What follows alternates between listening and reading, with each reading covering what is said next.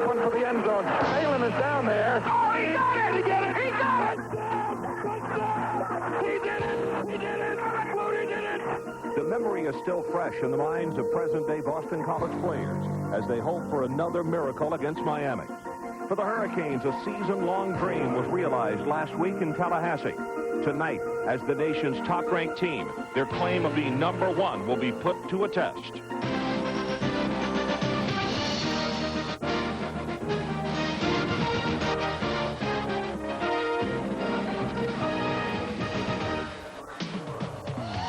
Welcome to Alumni Stadium, Chestnut Hill, Massachusetts, as tonight the top-ranked Hurricanes of Miami are in town to take on the Eagles of Boston College, who are closing out their season here at home.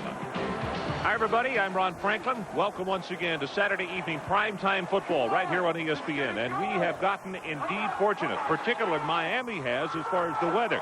Late November in Boston, Massachusetts, it could be very cold. It's only going to be in the 40s tonight, and it's going to be dry. Mike Godfrey joins me on the telecast tonight. The Hurricanes fresh off the biggest win of the season, one of the biggest wins ever for them. How tough is it for them to get up for Boston College tonight, Mike? Ron, it will be tough for them to get up. Usually you play about 3 games a year where you're sky high. Then you have to come down. They played a very physical football game against Florida State. They're hurt. They've got 3 starters probably won't play. The other starters are banged up. But they have a strong defense, and they have Stephen McGuire. And when you can run the football and you play good defense, you have a chance to win on the road. You have a chance anytime you play. And Miami has the big carrot at the end of the stick, the national championship. So I look for them to play and play hard. Well, for the Eagles of Boston College, as they close out this season, Mike, what do they bring to the table? And do they have a chance to win here tonight? Well, Boston College has played well the second half of the season. They don't match up well with Miami. They don't have the speed to match up. They have to get in a physical football game. On offense, they have to find a way to get the ball to their fine tight end, Mark Shimura. They have to hit him in the 2 deep zones in the middle and use a lot of option routes, get the football in his hands, be successful. Okay, the third man, as usual, on our telecast is Adrian Karsten. Right now, the home folks are whooping it up. Let's go down to him and get this update. Adrian. Well, Ron, tonight, Boston College completes the second toughest schedule in college football. But consider this. They played their best football of the year against 2 top 10 teams. They're tired of coming close. What they want to do tonight is to upset the team ranked #1 in the nation. The thing that helped us the most, Adrian, was down at Penn State in the 4th quarter. See, we had played some 3 quarters. We played 3 quarters against Michigan, and really it was a battle right at that point. But we played 4 quarters at Penn State, and I think our kids then began to believe. Coach Coughlin told me if his Eagles had kept it close going into the 4th quarter, they will pull the upset of the decade.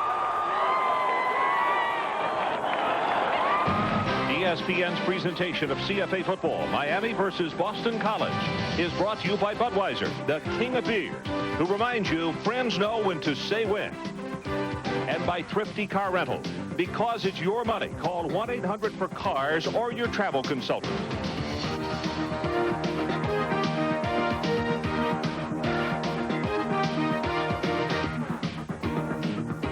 Chestnut Hill, Massachusetts, and many people are standing right now as we are about set to kick this one off.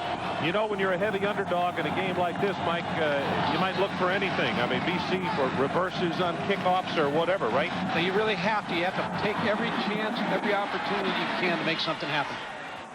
This is 3 yards deep, and Dukes is going to return it. No chance for any tricks right here, and he's going to be stopped at the 14-yard line. Let's take a look at the Energizer starting lineups tonight for Boston College. A red-headed Irishman at quarterback. Why not? He's out of Cherry Hill, New Jersey. And Glenn Foley, only a sophomore, has been playing very well. Mark Chimura, one of the premier tight ends in the country. Watch for number 89 a lot tonight. He'll be playing on Sundays next year. And Dan Britton, certainly the best and the most consistent of the offensive linemen for Boston College. And, of course, they have an extremely big task tonight, taking on a front 7 for Miami that is just about as good as they come. That's number 85. That is Durham. Russell Durham, who was injured on the special teams. And you can see that they're asking either for help or for a stretcher to get him off the field. Ron, with Boston College starting out on offense, what Tom Coughlin has brought to this ball club is the New York Giant philosophy. You win with the run, possess the ball, keep it a long time, and then set up your play action. And that's what he's going to have to do tonight to have any kind of chance in this game.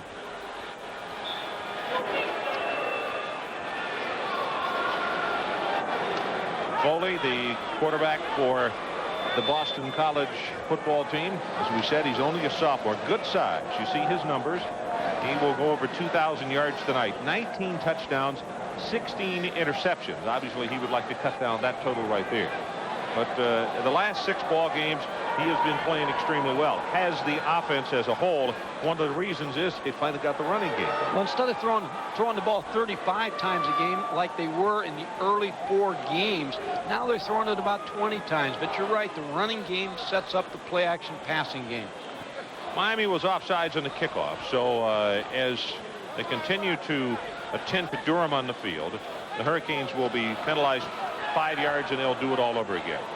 Tom Coughlin there, and as Mike mentioned, this time last year he was coaching for the New York Giants and actually did not even know that they were headed for a world championship. He had an idea that there was a very good football team. He has a lot of New York memorabilia in his office. And of course, on the other side of the field, he's in his 3rd year as the head coach at Miami. His first year he went 11-1, won a national championship. Last year was 10-2, was Dennis Erickson, and 3rd in the nation.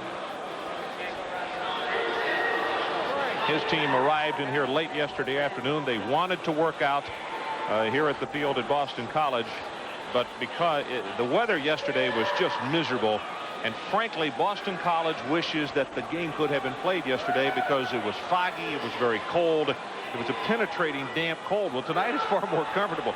I think you need every edge against a team like Miami. Well, you really do. And yesterday, Miami got caught in traffic in Boston, came out here, and I think they were upset a little bit that they didn't get the opportunity to work out, but they did walk a little bit on the field just to give their players an idea where they're going to be at tonight. You know, since 1960, Miami has played 29 road games when the game temperature was 54 degrees or lower, and it shows a record of 15-14 in those games, which kind of backs up that point. And tonight, as they now are bringing a stretcher out on the field, that's Mark Tribura you're looking at, number 89. In this one tonight, the temperature is supposed to settle in like the upper 40s, no moisture. And although some folks who reside down in Miami might say that's a little bit cool, believe me, we could have far, far worse in the Northeast this time of year. Ron, Miami's 34 of 38 on the road, so in the last 38 games. So they've played so well at home in the Orange Bowl, but they play extremely well on the road also.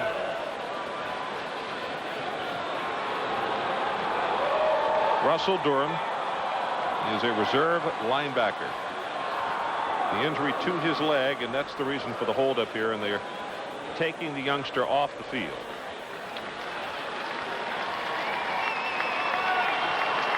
So all the anticipation, the hard work, and one play, and he is getting a nice round of applause from the Boston College faithful. So Miami will kick it over again.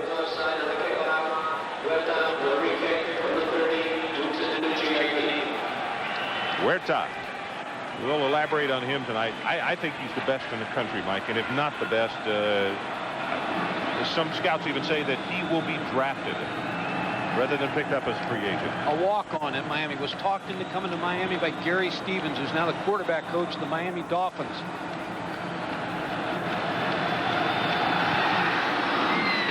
Well, let's see if Boston College takes it straight away. They will. It's Duke. Got a big opening. Wow, he gets pounded with a head-high tackle, but at least they're going to have a lot better field position following a 25-yard return. Kevin Patrick, one of the men to keep an eye on, and a very talented front four. Sophomore, he's making a name for himself. The linebacker is very active, very good. Barrow is playing with an injured ankle, but we'll still call his name a lot tonight. And the veteran of the secondary, watch for number 8, Curly Brown. Another good one out of Merritt Island, Florida.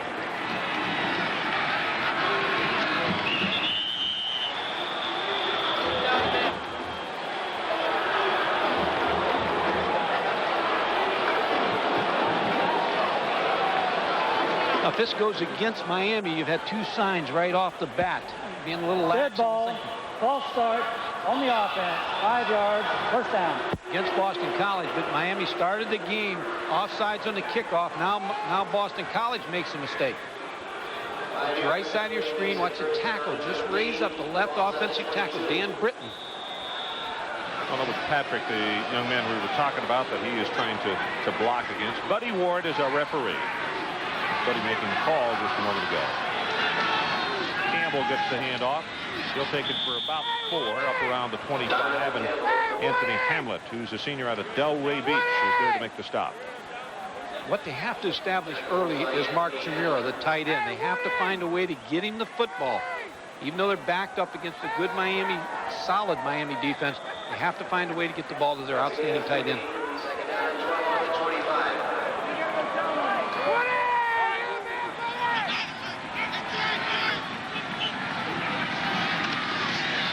Foley, first pass of the night, good protection, and that's Chimura. And it is intercepted by Barrow. Barrow took it away from him at the 30-yard line.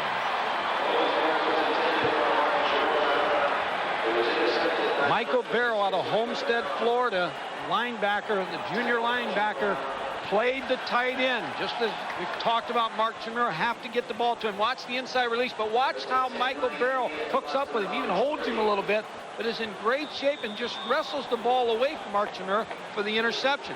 The ball wasn't thrown that bad. See how they're trying to keep him from coming off the line of scrimmage. Ball's thrown a little bit to his left, just picked off by Michael Barrow for a nice interception. Stephen McGuire, blockers in front, and a deep flag coming from down in the secondary as he will take it inside the 25 to the 24. And let's meet the starters on offense for Miami tonight as the Hurricanes are flagged for holding.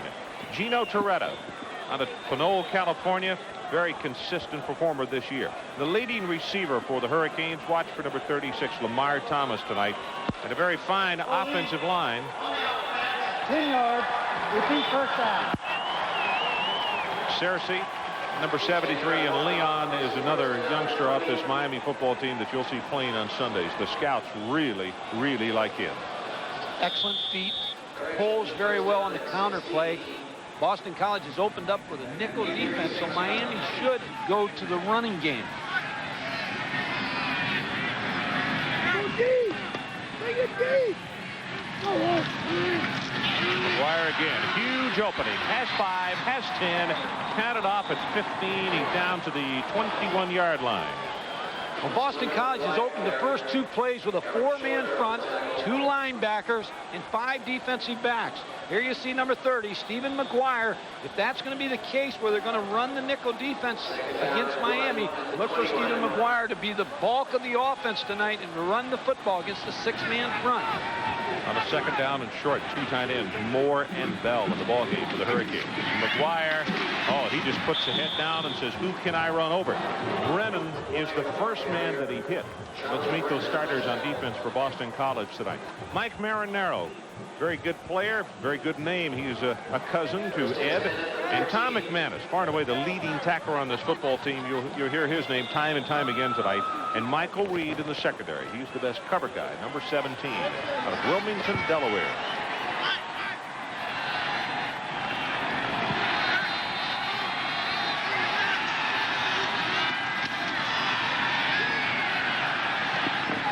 Great play fake. It's Coleman, the tight end, Coleman Bell, and he will be bumped out of bounds inside the 10 and around the 9. That's McManus who was there to do the damage. Miami's open with a running game. Now you fake the run to Stephen McGuire, come out the backside, find Coleman Bell, the tight end, who blocked and then just released in the flat. But Ron, what Boston College is saying on defense is saying we're going to try to stop the passing game and just hope that they're not patient enough to run the football. But I think they're going to find Miami patient and run the football and Stephen McGuire to have a big, big night. You see the guards out front. That's Cersei. McGuire going to be stopped at about the 4. Leon couldn't find anybody to block. Well, he does run well for a big person. What the pro scouts like about Leon Cersei, they play him on the quick side. Watch him pull, watch the offensive line. Here's the block down on the play side. Here comes Cersei, number 73, leading Stephen McGuire. He just cuts it up inside, takes it down to about the 3-yard line. Cersei weighs 285 pounds, and you can see his man fell down, he lost his footing. It probably is maybe slipperier than what we realized down on the field. You can see a little sheen on the surface from all the rain yesterday. First and goal, Hurricanes. First and goal at the 3-yard line.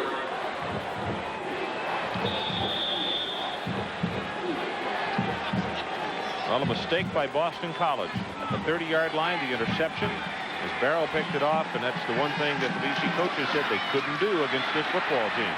McGuire gets cracked hard by McManus. 53s out of Edgewater, Florida.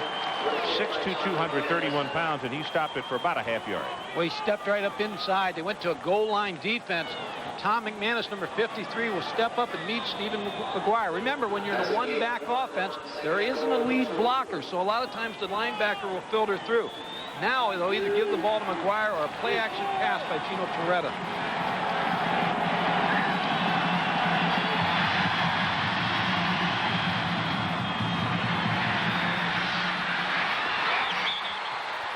Coleman Bell.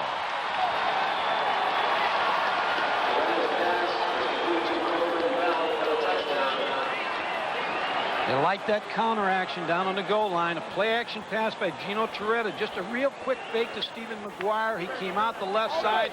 Coleman Bell, the tight end, came back against the goal line defense in the back of the end zone for the touchdown. Carlos Huerta, 32 of 34, and extra points this year. And of course holds the NCAA record for consecutive extra points until he missed earlier. On with the snap. Huerta. Put it on the ground. He was going to do a little Jim Thorpe action there, a little drop kick. Looked like Jim Thorpe or Lee Corso. He used to drop kick some kicker. That's been the first snap for Sean Von Bieber. He's a walk-on. He's a fifth-year player, walk-on. He played at Northeast Oklahoma as a defensive tackle, but Rusty Medeiros usually does the snapping, but he's hurt. So Sean is snapping in his first game. Never snapped, Ron, not even in junior high, high school, college. That was his first snap. So let's take one more look at it as 6-0 is our score with the Hurricanes on top. And here's the counter action that Mike was talking about. The play fake, and look in the back of the end zone. Coleman Bell all alone. And what does Torretta think? Well, he gets to look at it a little bit, and he says, I'll help you out. It is a touchdown. Let's take a break. Presentation of CFA football, Miami versus Boston College, is brought to you by Oldsmobile, the power of intelligent engineering. And by Black & Decker, the source of powerful gift ideas.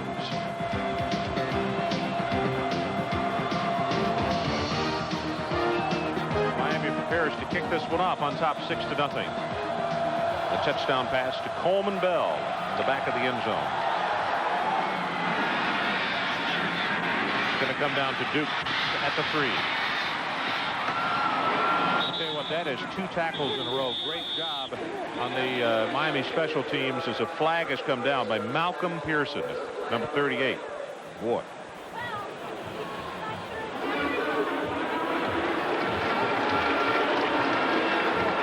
Van Bieber is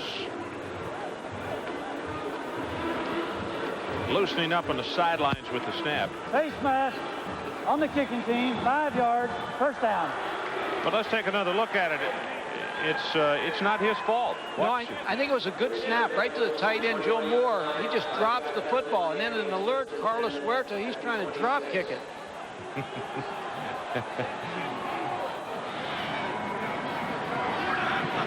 It's Miller in motion. Whistles and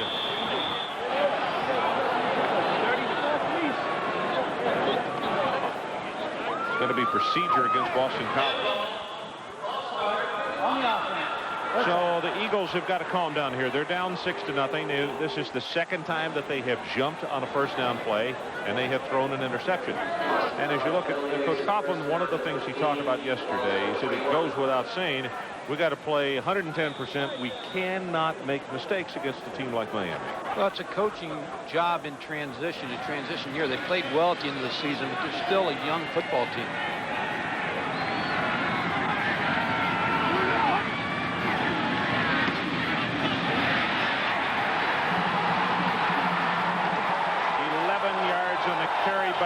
and Darrell Williams finally is there to make the stop.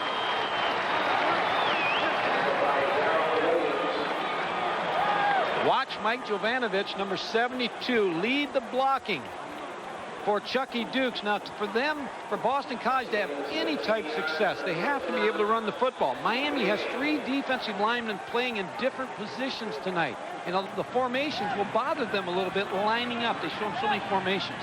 Let me correct what I said. I forgot the 5-yard penalty. That's going to be a 17-yard gain. For far and away the longest run from scrimmage. Campbell this time, and Darnell will have maybe one out to the 39-yard line. When I think of Miami and having played against them, and you go way back to when Howard Snellenberger started this role of Miami, they play such great defense, but they give the offense such great field position. And that's been their key. There's Bob Karmelowitz, the defensive line coach. He has so many good defensive linemen and just has them stacked behind each other. 2 tight ends this time for BC. Foley's second pass of the night as a flag comes down. That's going to be holding, it looks like, as is thrown complete to Campbell. And boy, BC coming up with more errors than they can say grace over right now. And let's go to Adrian and get a first update from him. Adrian. Well, Ron, unfortunately, 4 seconds, tick of the clock is all Russell Durham, the backup outside linebacker, is going to get tonight. Probable broken left leg. Paramedics told me he's off and will not return to action tonight. BC cannot afford that.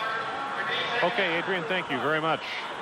Ron, on that last play, Miami went to a 5-man front. Now, they're a 4-3 defensive team, but they went to the 5th man, and they brought their linebacker, Darren Smith, number 45, and lined him up on the tight end. Because Boston College plays with 2 and 3 tight ends, you have to stretch, and they have to stretch that defense. I'll tell you who's in the ball game right now that surprises me. Jesse Armstead, number 1. We didn't think we'd see him tonight. He was injured. Throw it out of the backfield, and Armstead fell down. Miller will take it to the 39-yard line. So Boston College is back very close to the original line of scrimmage, but it's going to be 3rd down. Looks to me like Miami's having a difficult time adjusting to all the formations. Here, Glenn Foley drops back. He's just going to pick the receiver. Darnell Campbell in the flat, makes a good reception. Jesse Armstead fell down, and then he picks up good yardage. Damon Bethel comes into the ball game, number 46. He's a sophomore out of Philadelphia, 6'5", 248. Foley blocked it, has a man wide open at the 40-yard line. It's Miller, and he will take it to the 34. 27 yards in the pass play, and a blown coverage for sure in the Miami secondary. The problem is, again, the concentration you have after the week of Florida State, but all these formations, they show you a different formation on every play. Charles Farms, number 2, made the tackle, but Miami's having a hard time adjusting to these formations. Second possession of the night by BC. They threw an interception on the last one, so this is their deepest penetration of the night.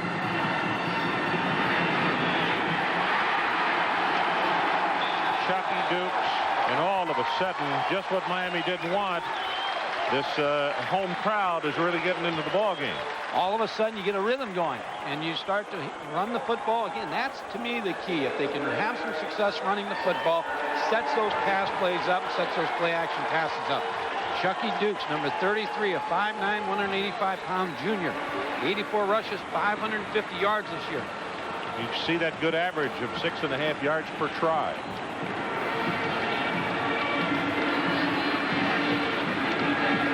This is Campbell. Has 5, has 10, counted off at 13. Good heavens. Armstead and Williams finally corralling. When you run a 4-3 defense and you take and you gap control and you see all the tight ends now, here's a trap play up inside. Michael Barrow, number 56, who's responsible for the trap, and the defensive lineman closing, both get blocked for good yardage for Darnell Campbell. Remember, keep an eye on number 89, Chimura. He is their favorite receiver, and particularly down here, although Miami is bumping him at the line of scrimmage on every play. This time, Dukes is going to be wrapped up at the line of scrimmage. That's Jesse Armstead, number 1, who grabbed him first. Then 46, Damon Bethel. Down here now, if you're Boston College, you want to try to get, even though Miami plays so much zone defense, Tom Coughlin wants some type of pick play down here. where he gets a flood to his 3 receivers, preferably to the left side. This is the 9th play of the drive. Watch Mark Chimura in the flat.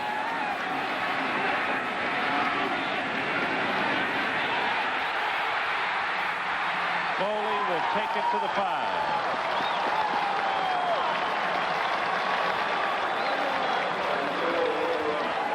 Armstead got a fan on him. This is a confused Miami defense right now. Now they're going to need to get them on the sideline when this series is over and put that board over there and start putting some formations there to try to get them to adjust a little bit better to what they're seeing from the Boston College offense. You see 3 tight ends to one side on this play, Ron. Sonny Lubick told us yesterday that he's terribly concerned about what we're going to see with formation. Caesar will make the hit, but Darnell Campbell takes it very close. I think he's going to have the first down for Boston College. This has been a good drive by Boston College, an impressive drive. I'll check with Big E here, but this is the 12th play of this drive, isn't it? The 11th play of the drive coming up. Tom Coughlin scripts his first 35 plays. He has plays that he wants in 1st and 10 situations, and then all the other situations. 2nd and short, 3rd and short, 2nd and medium, 3rd medium, and then long yardage situations. Well, look at this crowd. They're going crazy. It is a 1st and goal for the Eagles.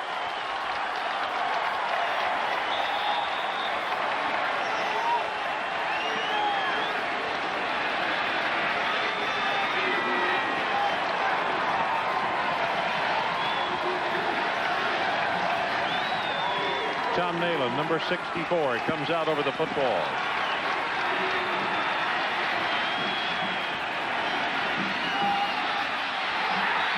Chimura with a touchdown.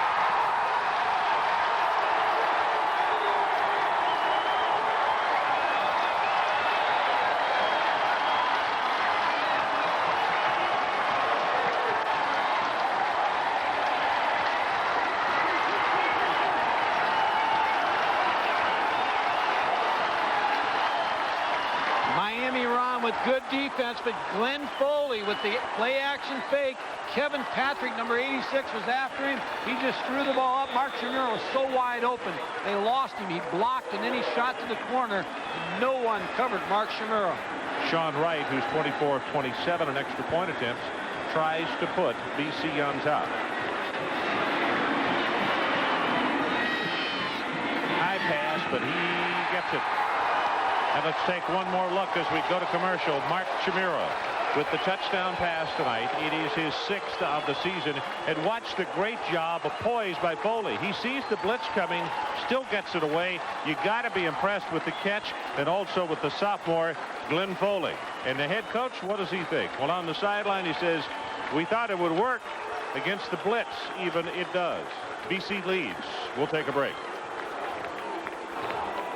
Now this is the offense of Boston College huddling on the near side, and on the far side of the field, Mike, just what you were talking about. Well, they just broke it up, but the defense went straight to the coordinator, and they started doing a lot of chalkboard action there. They're having problems with the 3 tight ends because it stretches the defense. You have more gaps to defend, and that's what they have to come up with an answer to. Boston College has just scored the first touchdown this year in the first quarter against Miami. Here comes the pooch kick. He's going to try to keep it away from Williams. He's going to get it anyway at the 18-yard line. Ball is loose. Miami recovers. Wow. At the 24-yard line. Martin Patton was Johnny on the spot, or BC was going to really have some momentum. Now let's look at the touchdown that Boston College scored. You're going to see the tight end. Watch him block. There's man coverage on him. Watch him show block. Now the other receiver picks a little bit for him. He's wide open now. He just has to make the catch. Stretches out, brings in the touchdown grab. I told you he's impressive, and the scouts say that he could be a first-round pick by somebody, depending on who's looking for tight ends. But boy, but for a 235-pound guy, that's good hands. False start on the offense. All the evidence of a team being flat. make mental errors, penalties, fumble the football, not concentrating on defense, and you have to figure it's going to happen. But Dennis Erickson knows the job he and his coaching staff have to do on the sideline. Now they have to wake this football team up, which they will accomplish as a staff. Mike, I'll tell you, Spencer has just gone out of the ballgame, and number 5, Williams, has come in.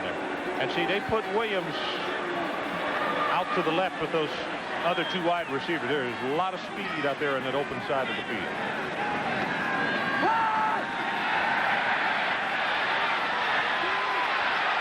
Toretta will be pushed out of bounds at the 28-yard line. Camara, Joe Camara, he's a redshirt freshman, is out there to push him out of bounds. Boston College on defense will play a 4-2 alignment, and then sometimes they'll slide to the Chicago Bear look, the 46 defense. They'll take the linebacker, Stephen Boyd, number 50, and take him up on the line of scrimmage. But I still feel like they're going to have a tough time stopping Miami's running game.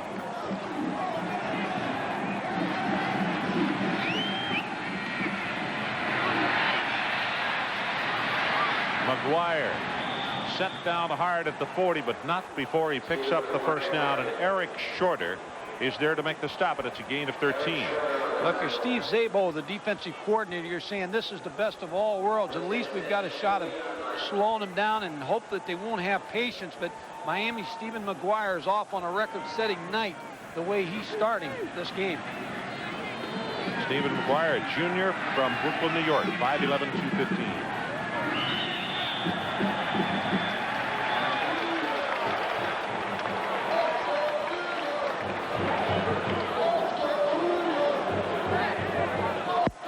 Dead ball, illegal snap on the offense, 5 yards, first down. Adrian Karsten, let's go back to you down on the sideline. What's happening? Well, Ron, just listened into a conference with defensive line. The Hurricanes were not beaten so much physically in that last scoring drive by the Eagles as they were psychologically. The whole point is they're getting caught flat-footed. They're seeing movements and pulling by the guards up front that they did not practice against this week. Glenn Foley told us yesterday the whole key is to beat them psychologically. They're going to throw the book at them. Trick plays, different formations in every single drive. Something else to keep in mind, Miami has not lost to an unranked team in 49 games. Well, Gino Toretta picked out an imaginary receiver in the middle of the field and probably was smart in doing it that way. Well, when you motion to back out, Boston College looks like it will blitz them every time they go to an empty set, which is no one in the backfield other than the quarterback. They will send Tom McManus, linebacker number 53. That was Tommy you were just looking at. He makes the defensive signal call. Second down on the line to make is midfield.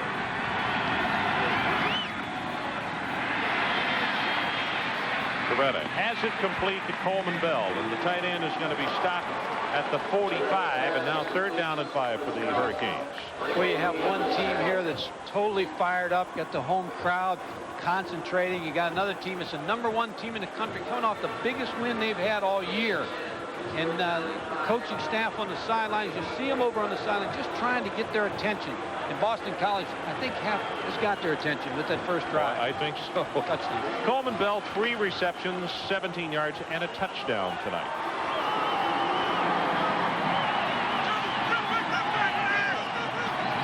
You see McManus coming right up the middle. Quick pass is caught, and that's going to be enough for the first down. I believe Lamar Thomas, wasn't it? Horace Copeland, I beg your pardon. 88. Horace, a junior out of Orlando. That's just what we talked about when they go to no backs in the backfield. Boston College now twice has blitzed Miami. Now the coaches up in the press box see those adjustments. Now they start to pick away a little bit on what they're showing them defensively. Martin Patton, who's come to the ball game at running back, number 32. Him in motion out to the sideline. Toretta down to the 41, Dan Kerr. Number 91, he's a sophomore from Wilton, Connecticut, will make the tackle.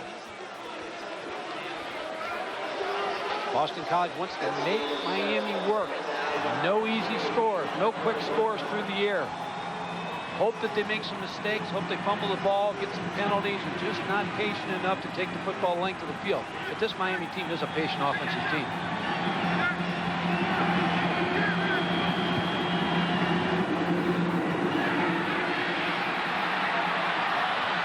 McGuire turns the corner and gets down to the 32-yard line. And I'll tell you, BC was within a half a step of knocking that one down for a loss. They checked off, but BC went to their 46 defense and had a little penetration. Stephen McGuire hurt on the sideline on that play. Watch the penetration because of the line twist that Boston College is able to get people up into the backfield. But you see the speed of Stephen McGuire. He's able to get outside. Charlie Brennan, number 28, makes the tackle. McGuire's shaken up. He has 6 carries for 49 yards. And the training staff has come all the way across the field to look at him. So we'll take a break. 4:20 left in this opening quarter. Boston College 7, Miami 6.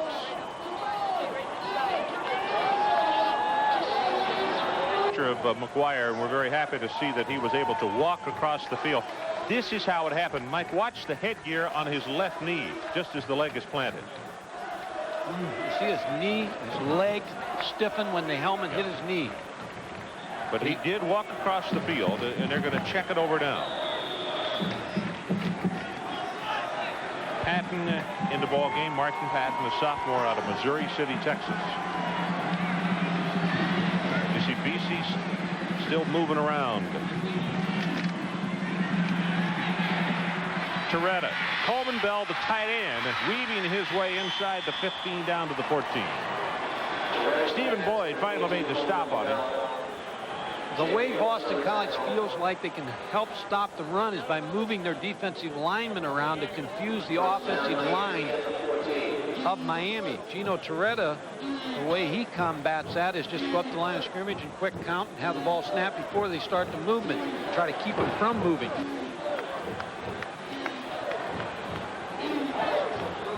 Five of 6 for 42 yards passing. As Patton tries to cut a little too quick, loses his footing. He will have about 1 in the play. 7-6 our score if you just joined us. 3:40 left to play, opening quarter. And the 7 is Boston College. The 6 is Miami. And Miami got on the board very easily and very quickly after an interception by Barrow at the 30-yard line. And the pass that was intended for Chimura.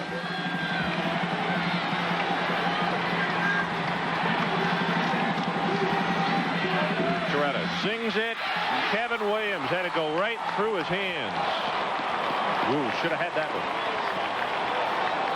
It's a nice throw by Gino Toretta. He had a lot on that football. What Toretta looks like that he's having available to him against the Boston College defense is the tight end, number 17, Coleman Bell. Especially in this area, he should be a receiver that he looks to go to. 11th play of the drive for Miami. 3rd down. The line to make is the 5. Blitz from the outside, and now here comes a flag. We may have offensive holding as well. Boy, Toretta got decked. And that linebacker sees that backfield empty. He's blitzing every time. Huerta comes trotting on the field, expecting Boston College to decline the penalty because it is 4th. And it is declined.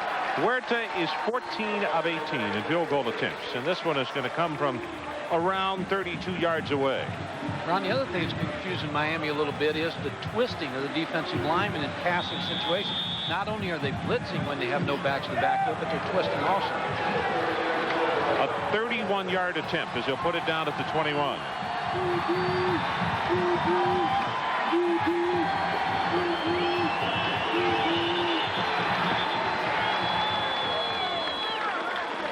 Illegal procedure against Miami. Dead ball. Ball start on the offense. Well, they're going to help McGuire off. He is going through the end zone and heading to the Miami locker room. We'll try to get Adrian to get us a further update on him. But our situation, 5-yard penalty, pushes it back to the 19-yard line, and now this will be a 36-yard attempt. Huerta tries to put the Hurricanes back on top.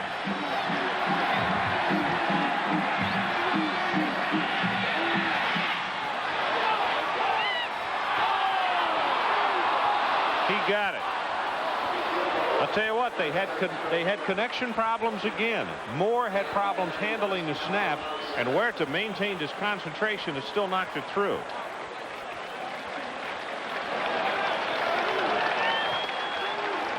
Hey, watch Moore. You're going to see Joe Moore get the ball, try to get it, spin it. But Carlos Huerta really adjusted to the snap in the time of getting the ball set for the new snapper.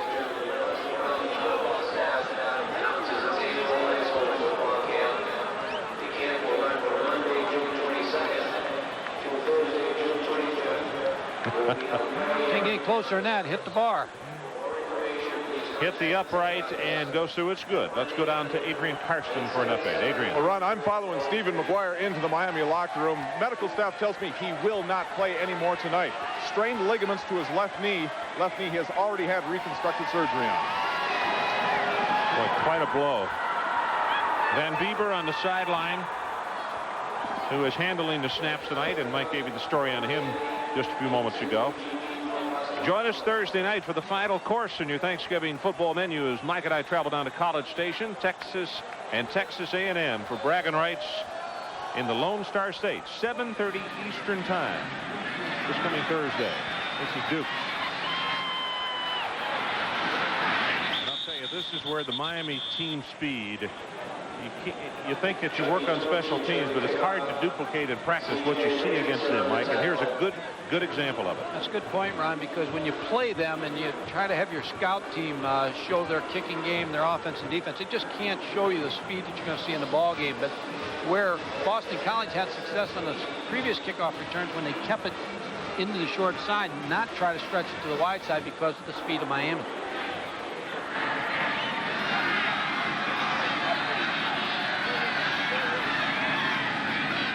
Fakes it to Murphy.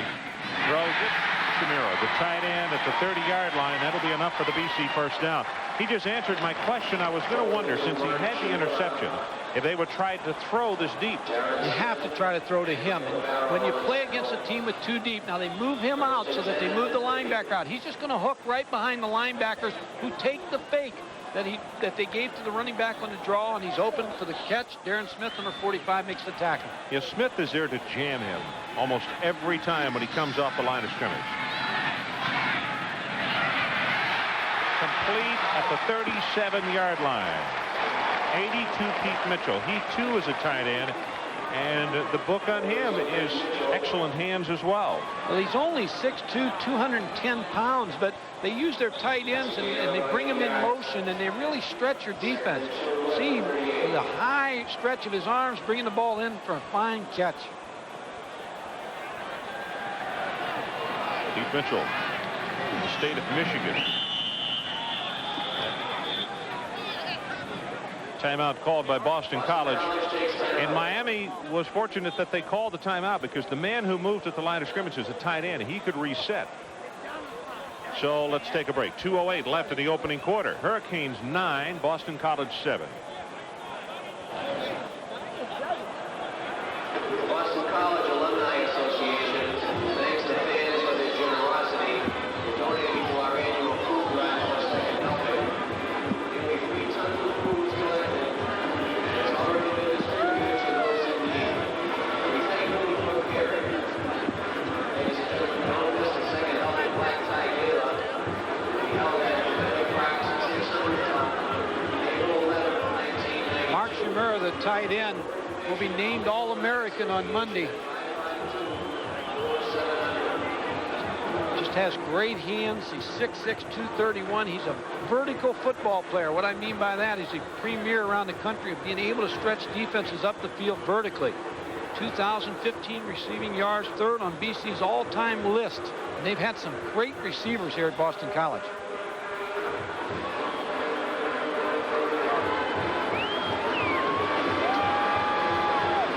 O'Shaughnessy was in the ball game just a moment ago, as well as Foley, both being quarterbacks. We had seen Boston College run a trick play with that formation earlier this week in practice. Passing, Foley is 5 of 6 for 63 yards.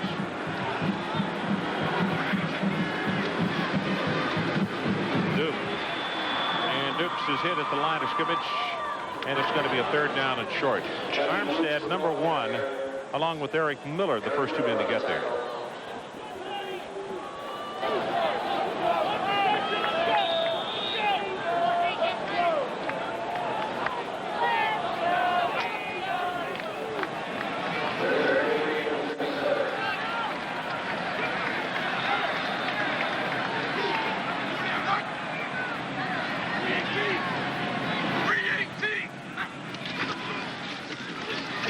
Almost did not make connections, and they're not going to have the first down. Boy, that could have been a turnover, as Eric Miller was right there in the hold.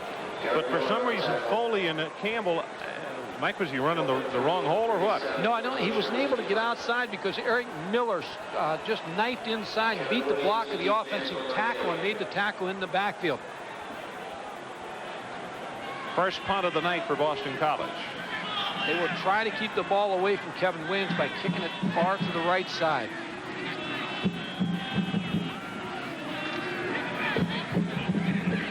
Kushner kicks it away.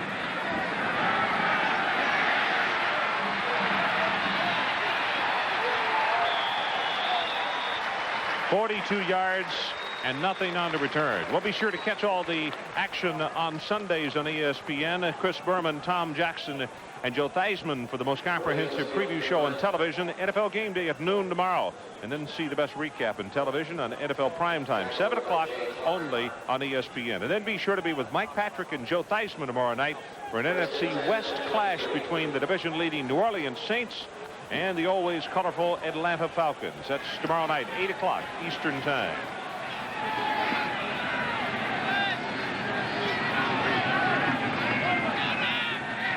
Toretta zings it over the middle, looking for Copeland. It was overthrown as Copeland was watching the ball and also was watching the safety who was coming right at his midsection. Good coverage. Charlie Brennan, number 28, was right there to make that play and to be around where Horace Copeland was making the cut. Gino Toretta again with a good hard throw just off the mark a little bit.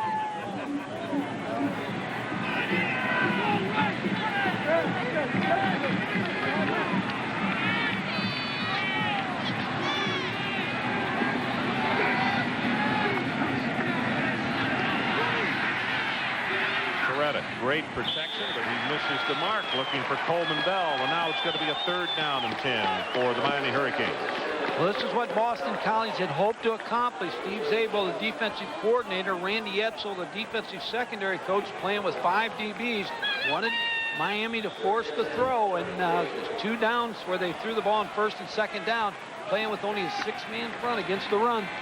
5 of 10 for 42 yards for Toretta, but he has missed his last 4.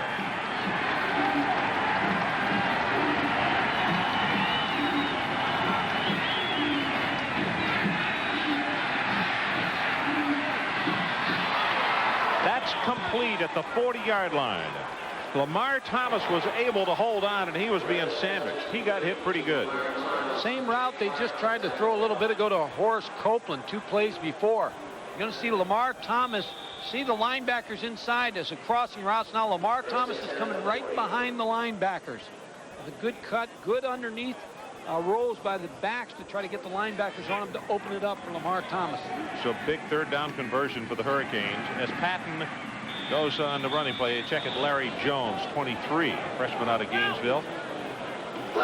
And that will be the last play of the first quarter, so let's take a break. The Miami Hurricanes at the end of the first 15 minutes leading the Boston College Eagles by a score of 9-7. 9-7 our scores. We head to the second quarter.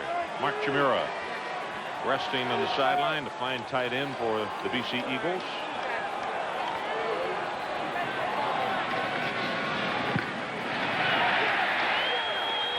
Larry Jones gets whacked hard at the line of scrimmage, and he's going to have maybe one. McManus and Boyd, the 2 inside backers, are the ones who collapse on him. Ron, up until that play, Miami's averaging 7.2 yards per rush, so they're having success running the football. But you know something, Mike, what I'm anxious to see, and I know they got quality backs behind McGuire, but that was with McGuire in the ballgame. I want to see if that 7.2 will hold up in this quarter with McGuire gone for the rest of the game. Reverse. McManus again.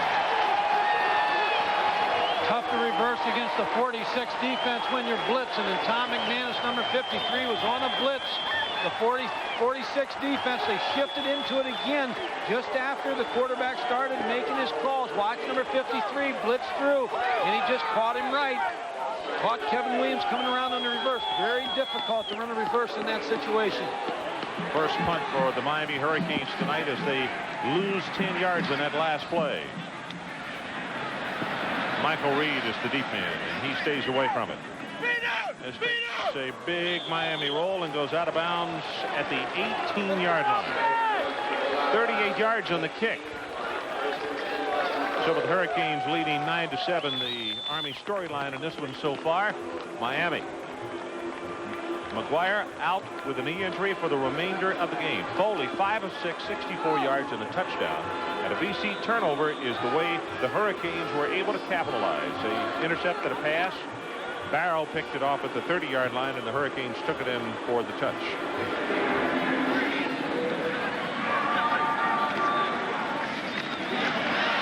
Foley avoids the pressure, gets it away, and that's going to be incomplete. Shamir is the man that he wanted. Mike, Miami does as good a job of putting on pressure as anybody. I'm really impressed with Foley and the way he's handled himself and the pressure and just the situation as a whole tonight. He avoided the sack by Darren Smith, number 45, who just came off the corner. The distance. Repeat first down.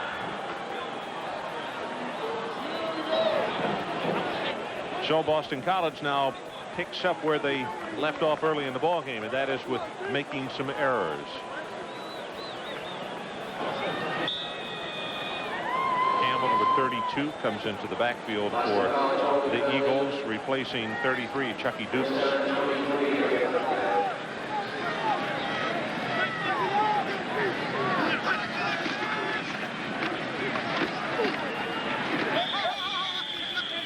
He'll have a couple. Tim Brando, let's go to you for an update. All right, we're going to take you to Tinseltown, Ron, for the Crosstown Showdown, 17-7. Watch Reggie Perry under pressure to Larry Wallace. It's caught. He stumbles down at the 1. Perry would sneak it in. It's 17-14 in the third, the Bruins. Well, that one, long and storied rivalry that has got a few upsets, and SC hanging around tough in that one. A lot of big rivalries across the country today. Mitchell in motion as the pitch back comes to Duke. He gets whacked out of bounds at the 10. Herbert James is the man who got outside to make the initial contact. You can hear that microphone on the sideline, the official coming over saying he's out of bounds. Rushing yardage so far. Boston College holding their own. If they can continue to do that, then that opens the passing game for them. What they don't want to do is be in this situation, third and long. Third down and the line to make is the 28-yard line.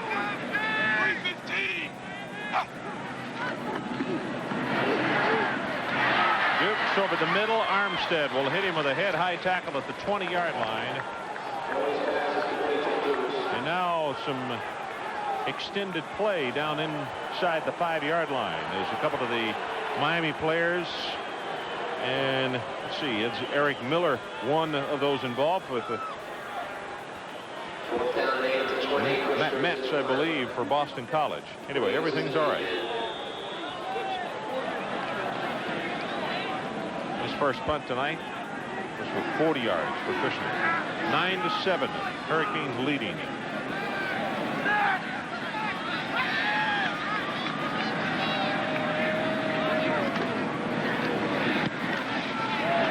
Good driving spiral.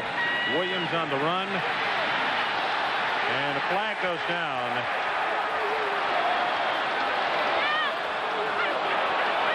Williams is going to be tripped up now. A second and a third flag. We're going to have two clips on the play. One is a push from behind because the lead cover guy for Boston College was shoved in the back. That's the reason for the first flag. 54 yards in the punt, 24 on the. Here's the shove right there. Just that little bit. You can't do it.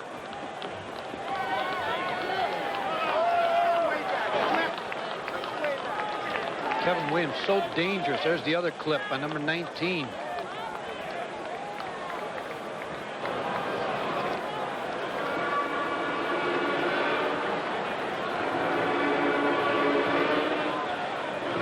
So there's a timeout on the field. 11:50 left until halftime. The nation's #1 team having some problems here tonight at Chestnut Hill in Massachusetts. Martin Patton is the lone setback.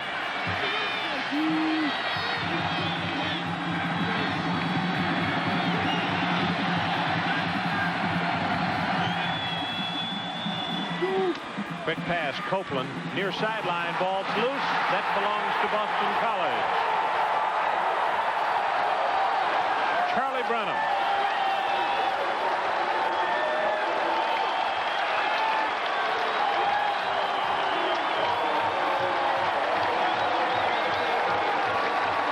Gino Toretta seen that Boston College moved into a 6-1 look. Checked off to the quick game to Horace Copeland. There's the fumble. Here you see Gino Toretta again with the quick throw. Pick up the quick pass. Just drop the ball. Let it get away from him. Charlie Brennan, number 28, covers the fumble.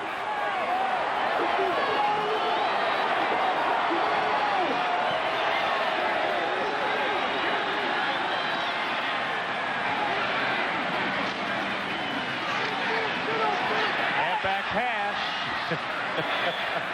Well, I'll tell you what, had they had a receiver out there, they were going for 6 points. Dukes do it anyway. There is no one close. They had a complete breakdown because the receiver didn't run the route. You're going to see the pitch to number 33. Watch number 27 block, and there's no receiver out there. He just throws it to the corner.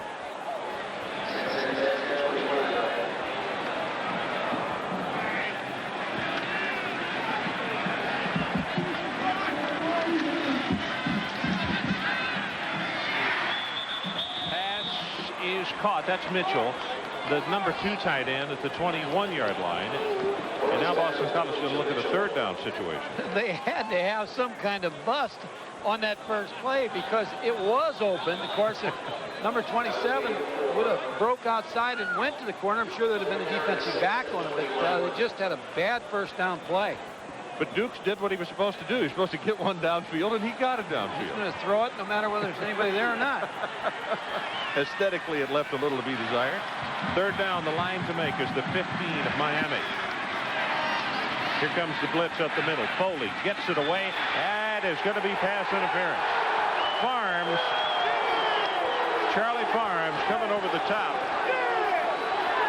And the thing about it is, with the blitz, I'm not sure that Chimera could have caught the football anyway because it was low and away. Well, I think Charlie Farms was too far off of him, but I do think he put his hand on Mark Chimera. Watch the tight end now. There you see the blitz coming. Now he adjusts his route. He runs a quick out.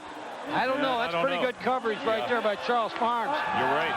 Pretty fair job of covering there. That's why he's upset. May get an arm on him. The left arm may be on his back. And that's what the call was for. But again, good defense, a good read by Mark Chimera. He saw the blitz coming. He shortened his route to the outside. Glenn Foley, who you talked about earlier, delivers the football. And that's Miami's 7th penalty. So our situation, 10 minutes, 53 seconds left to play until halftime. It is Boston College trailing 9-7. But driving. Campbell will take it to the 15-yard line. Michael Barrow, the junior out of Homestead. Michael is playing with an injured ankle tonight. In fact, that's the first time we've called his name on a tackle this evening. And as a middle linebacker in a 4-3 defense, you're going to be in on a lot of tackles. But it looks like Miami now is just settling down and playing a base defense, slanting their line a little bit, and just trying to get lined up against all the formations.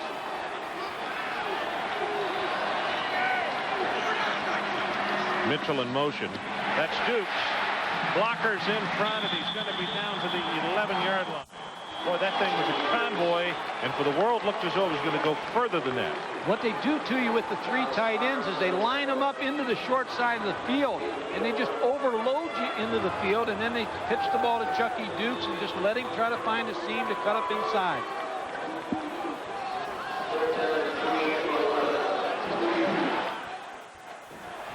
Third down.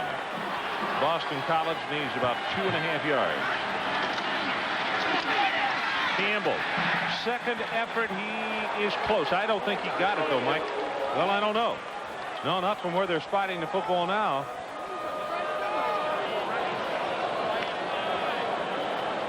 BC's going to have the first down, I believe.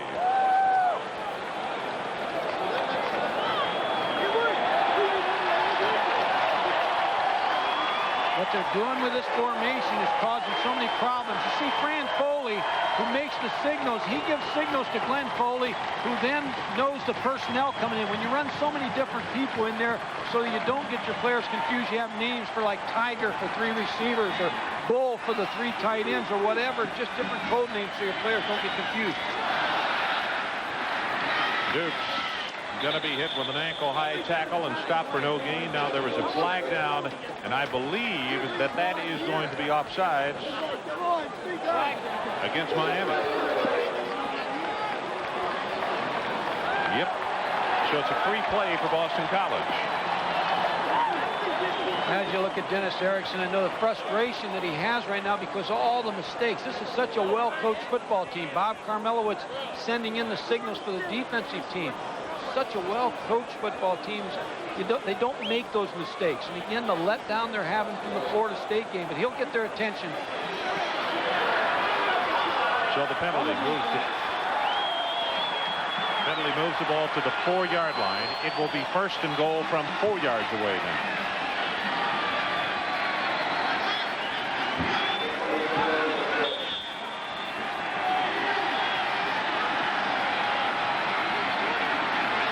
Mitchell in motion. Campbell with the carry, and he takes it down to the 1.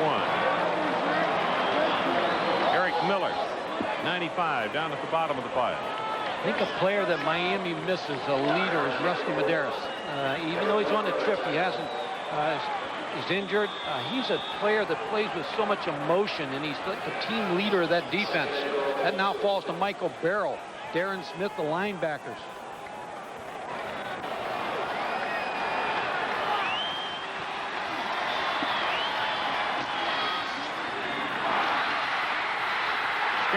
Miami's got the football at the 11-yard line.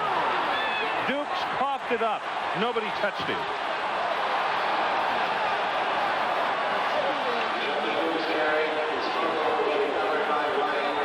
Big mistakes you can't make against this Miami defense.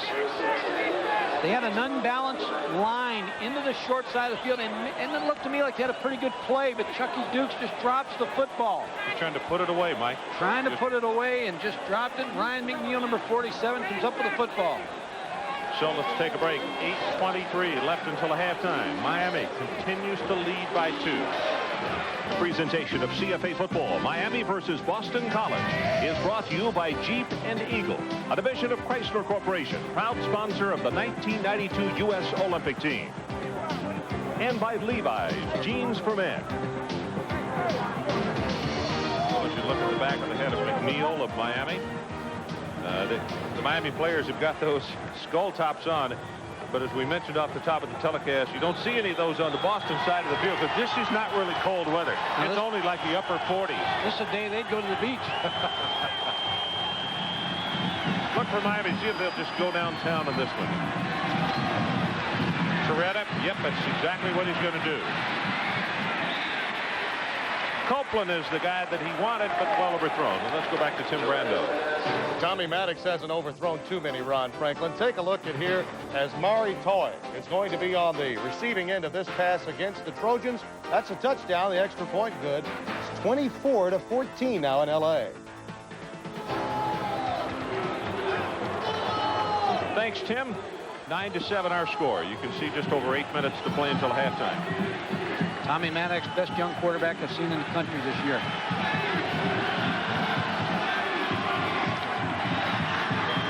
Backside pressure. pressure. And that one is first hop to Bell. And that was Stephen Boyd this time. Number 50 rather than McManus that was coming hot after Toretta. Well, what they do is when they empty the backfield, they'll take Stephen Boyd on the outside linebacker. You're going to see him come from Gino Toretta's blind side. I don't believe he even sees him. He may feel him. Now I know he feels him. They came from the side. They met at the quarterback, the two backers. McManus was there as well. 7 of 14 for Gino Toretta, 69 yards and 1 touchdown. Third down.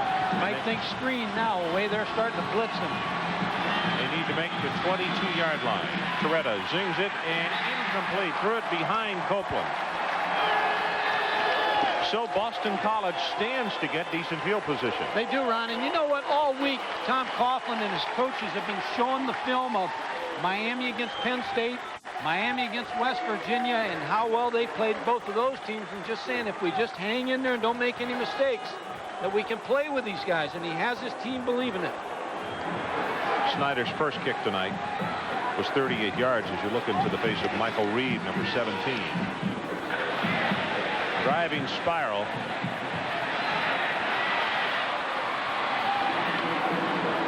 Reed will be stopped at the 46-yard line. Malcolm Pearson downfield on the special team. That's the third tackle for him tonight on special teams. So let's go to Adrian Karsten. Ron, you've got to ask yourself at this point, would Miami and Gino Toretta be throwing this much if McGuire was still in the game? He rushed for 49 yards before he went out with his injury. The rest of the team combined has 15. Now, last year, Boston College was 104th out of 106 total Division I teams in rushing. Right now, they lead the #1 team in the nation in rushing in this game. Thanks, Adrian. Well, that's the point that Mike and I were making earlier, that, you know, with McGuire not there. Mitchell with a great catch. He's a redshirt freshman from Bloomfield, Minnesota. Well, Adrian is exactly right, and but I still think you'll run the football. They're giving you a defense that you can be successful running the football and with patience. On the last punt, the long snapper was Rusty Medeiros. He snapped the football, but he limped so bad on his ankle that he only went about 5 yards down the field. But they wanted him in to make the snap. Let me correct what I just said. Mitchell's from Bloomfield, Michigan, rather than Minnesota. Dukes, he will be hit behind the line of scrimmage and knocked down. Darren Smith, number 45, was the first man there. Now Miami's settling down a little bit. They've seen all these formations. Now they've made their adjustments, and now they're going to play good, solid defensive football against these looks. There's Rusty Medeiros, number 98, who just is such a valuable member of this football team. I really believe he's the leader. When I watch him play, he plays with such emotion.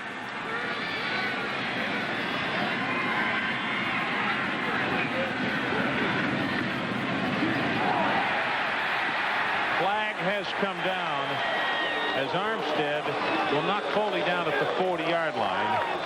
That's going to be a gain of 11 yards, but I think it's coming back. Yep, it's going to be holding against the Eagles.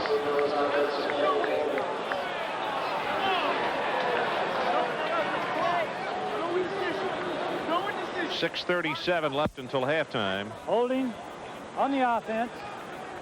10 yards, repeat, third down. That's 6 penalties already against Boston College for a total of 60 yards. Can't do it. Both teams have been penalized quite a bit here in the first half. Hurt drives. This offensive line has done a pretty good job against a hard-charging Miami team. Fans are booing because the holding occurred so deep in the backfield. That's why they're taking it so far back. Wow. Did they lose some yards in this play? The new line of scrimmage is going to be the 26-yard line. They had just picked up a first down. So now the line to make is the 44-yard line of Miami.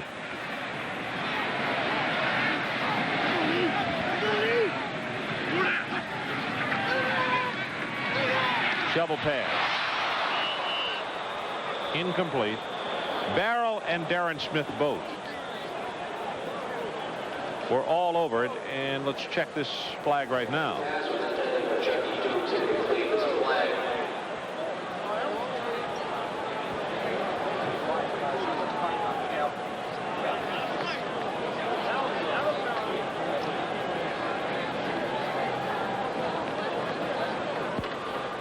Disregard the flag.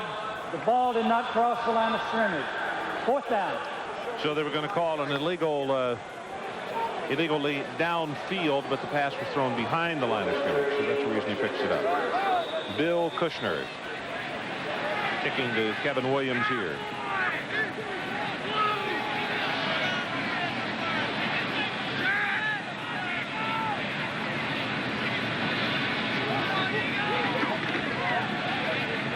See the way his angle trying to kick it away from Williams.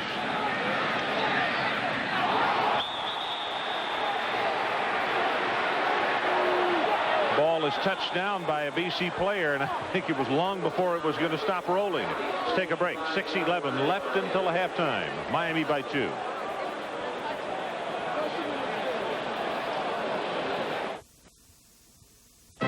This is the place for great enchiladas. These are the people who come to the place for great enchiladas. And these are the enchiladas those aficionados want a whole lot of.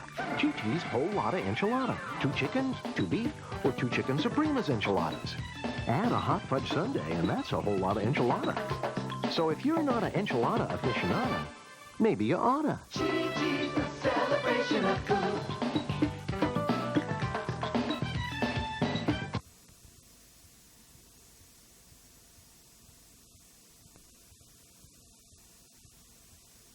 You just have to know what to ask for. Ask for the only TVs with 4 ways to enjoy stereo sound, like Bose and Dolby Surround. Ask to see a Zenith. For true innovation in television, quality never looked more like a Zenith. Guaranteed lowest prices on all Zenith at Bellows TV and Appliances with 4 convenient locations. Charge! The big game is here. College football on ESPN. It's bad. Next Saturday, a live triple header. National title contender Miami hosts San Diego State. Alabama meets rival Auburn, and it won't be paradise when Notre Dame visits Hawaii. It's a jungle out there, beginning at 4 Eastern on ESPN.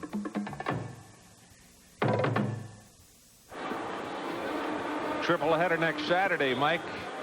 And Adrian and I will be in Birmingham, Alabama for the matchup between the Crimson Tide and the Auburn Tigers. That means a whole lot to a whole lot of folks down there in that state. Leon Searcy came out of his stance early. And for the way he was set up, he was going to hook back to the inside. They were going to take it to his side of the field. On the offense. Repeat 1st down. Well, I think what they're complaining about is maybe that when Boston College is making their call to stem their linemen, the offensive linemen are hearing that call, and it's similar to the cadence, and that's why he jumped off sides. Good point.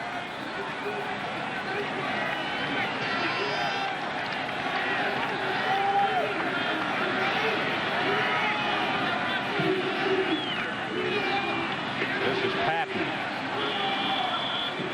Tom McManus, the middle linebacker, one of the 2 middle backers, 53, comes up to smack him down, but it's a gain of almost 5 on the play. Miami's had success running the football. Here's one of the reasons. Number 73, Leon Searcy. Look at that block. Think he'll get a pancake on that? Good push on the play. Boy, out of Orlando, Florida. David Jones is the man he was blocking on. Swings a pass out to Patton. Breaks it open. Has a couple of men to beat. It's going to be finally stopped at the 35-yard line. That's a gain of 30. And the other thing that the BC coaches said coming into this one tonight, they could not give up the big play. I just talked a little bit ago about all the pressure and the blitzes that Miami's been getting. And here they set the screen up to Martin Patton. There's the block by number 54, the offensive lineman, Kelvin Harris. The center comes out, makes the key block. Then Martin Patton's in the secondary, down in Boston College territory. Jaretta now 99 yards and a touchdown. He's 8 of 16 throwing. Patton, spread him out, and look at this hold. He goes for 10 and now 12 yards. Tim Brando, what do you have for us? Going to take you back out to Los Angeles, Ron. Reggie Perry goes to work again to Yanni Jackson, this time 6 yards, makes the score. 24-21. Coming up at halftime, Lee and I will give you 3 different national championship scenarios, so stay with us. Okay, we will look forward to that. 5 minutes right now left until halftime in this ball game. The Hurricanes leading by 2 and driving. Pat Searcy in front, and he's going to be stopped. Maybe a gain of 1. That's about it. McManus finally made the tackle.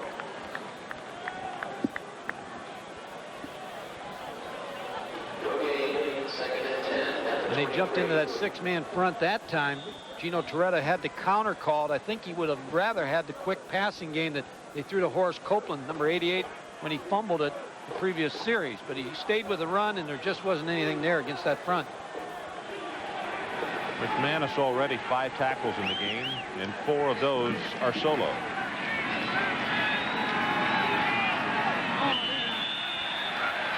Timeout called by Gino Torretta, so let's take it with him. 4:09 until halftime, and it's Miami 9-7.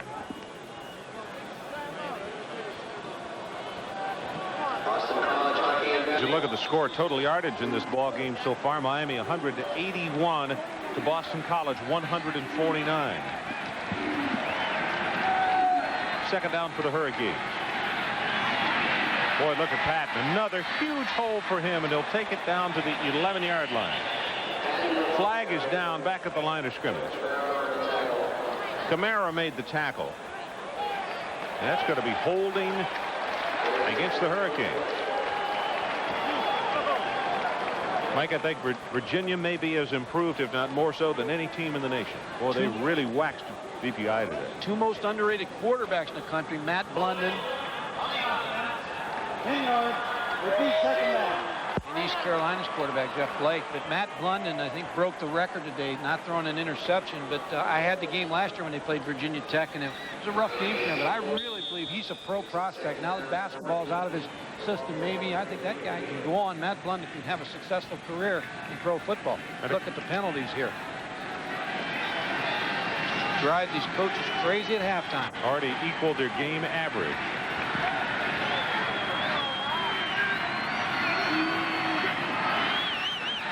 Pressure up the middle. It is caught by Bell. Yeah, he held on. He spun over for a moment.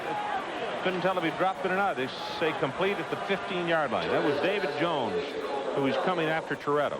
Well, they came on a twist, and the offensive lineman picked it up in pretty good shape. Watch the twist by the lineman of Boston College. It's picked up fairly well, and Gino Torretta throws off his back foot to his tight end again, Coleman Bell, who's had a big night, number 17. 6 receptions now for Bell. Running play. I don't know if he got the first down or not on 3rd down. That was McManus who hopped up into the hole, number 53, and made the stick on him. Now you see why McManus leads this team in tackles and has 149. Ron Franklin, Mike Gottfried, and Adrian Karsten from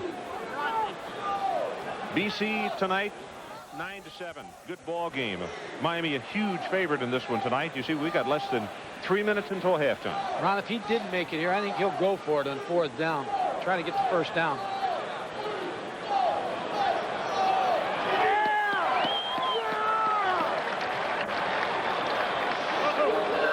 Darrell Spencer will bring in the play from across the way.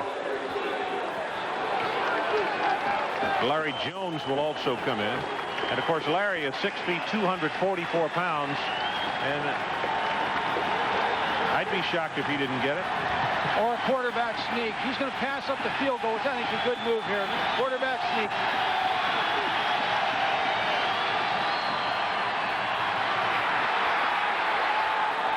Jones off the right side. He'll have the first down. Brian Howlett, who was a sophomore out of Quincy, Massachusetts, is down on the bottom of the pile.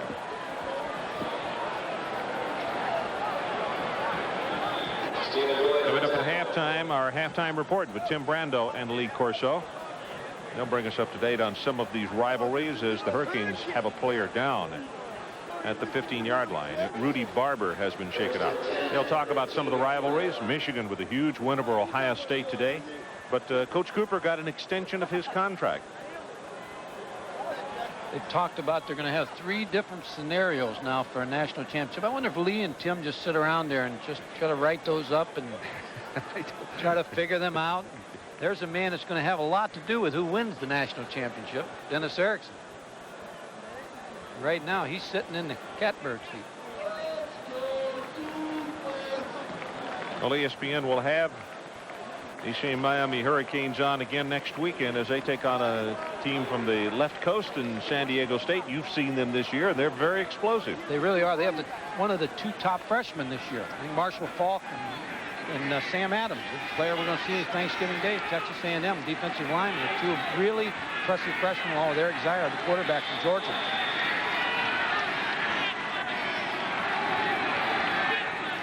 Look at Boston College dropping in those 2 outside people, and here comes the blitz up the middle. Pass is, oh my goodness. Michael Reed just dropped 6 points. And Gino Torretta is standing there going, where'd he come from? Well, they forced the check off. They forced Gino Torretta to move the back up, throw the little pick route, but number 17, Michael Reed, knew what was coming. And when the ball was released, he broke on the interception, and he had that football, and he had a lot of real estate in front of him if he would have picked it off.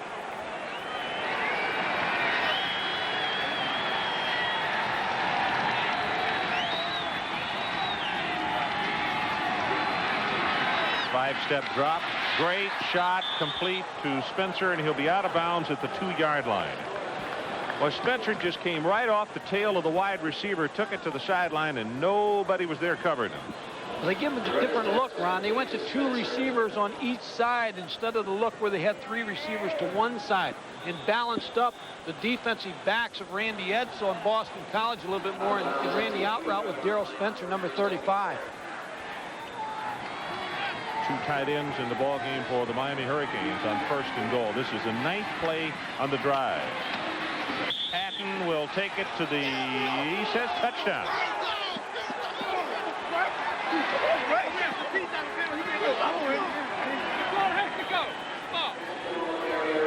Kamara was out there making the hit on him, and the official who got bumped on the play came back up and gave us a touchdown signal.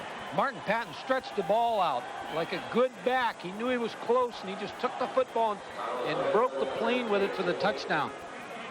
Reached to the cross. Carlos Huerta.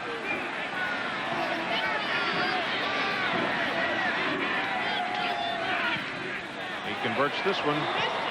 The kick is good. Try successful. Watch Martin Patton to the right side. 2 tight ends in the ball game. He's running behind the block of his offensive tackle. Now watch him reach the ball out for a touchdown before he went out of bounds. Here's another look. Handoff by Torretta. Again, they had a stretch on the defense because they had the extra tight ends in. Patton with just the extra effort to get it in the end zone. And you can see, as Mike said, he extended the arm, put the ball across the end zone line. Martin is a sophomore from Missouri City, Texas, which is just south of Houston. So 2:26 left until halftime, and the Hurricanes 16-7. You have to be impressed with the way Boston College has played on defense. Steve Zabel, the defensive coordinator, who coached defense and was the defensive coordinator at Colorado State last year for Earl Bruce, has brought his defensive style here. And so far in the first half, they've given problems to the Miami offense. 10 plays, 65 yards, 3 minutes and 47 seconds. And the 3-yard run by Patton.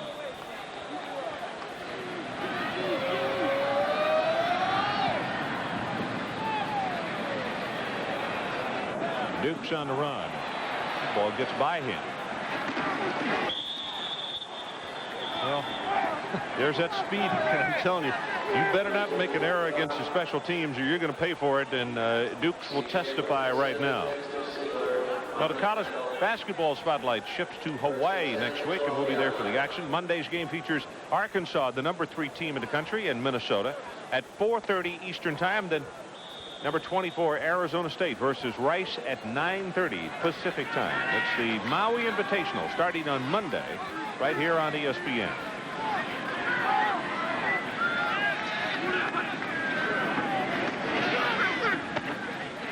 Mitchell. And he stays in bounds. It's Darren Smith who finally latches onto him.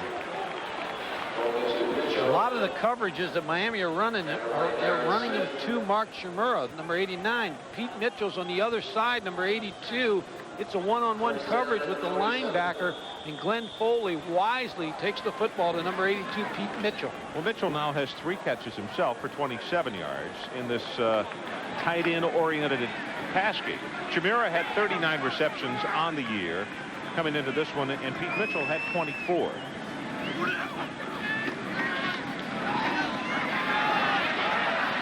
Foley, and that's Mitchell again.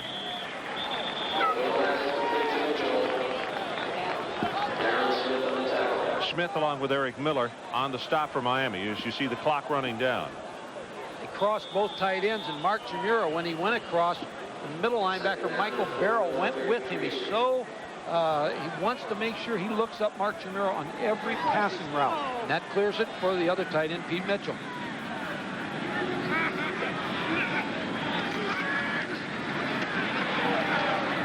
Foley zings it complete to Cannon, and Cannon, they say, did not get out of bounds at the 49-yard line. 16 yards. I'm impressed with their offense also, Boston College. This is a team that started off with a very difficult schedule. And I said there's a job that Tom Coughlin is accomplishing here at Boston College. After you lose early in the year, sometimes kids have a tendency, they just start to question some of the things you're doing, but the kids have stayed with him. Transition year, he's been able to show them some success at the end of the season. And of course, he's got this young fella with him for 2 more years after this one.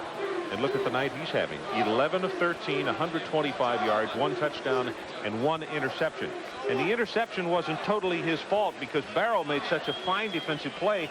He took it away from Chmura, who is one of the best tight ends around. I agree with you. I think that interception was just caused by Michael Barrow just ripping the football away and causing the interception. Glenn Foley was recruited by Miami. He was recruited by everybody in the East. He just was a fine prospect out of high school.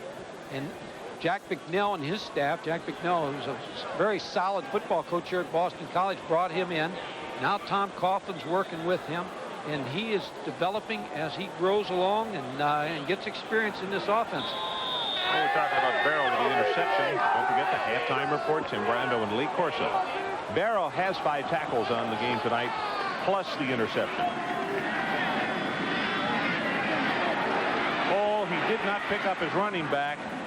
That's going to be caught by Murphy, the fullback. I'll tell you, Dukes had dropped off into the flat, and nobody had picked him up. He missed him. But Foley was too busy.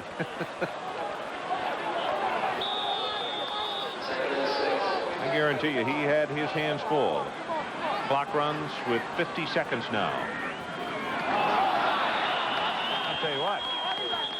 It's going to be a 2nd down and short, although he stopped the clock.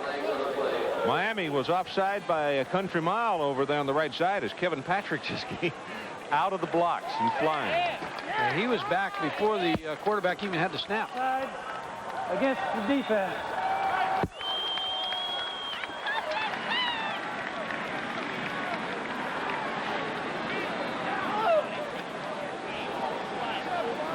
This is where you look for Chmura.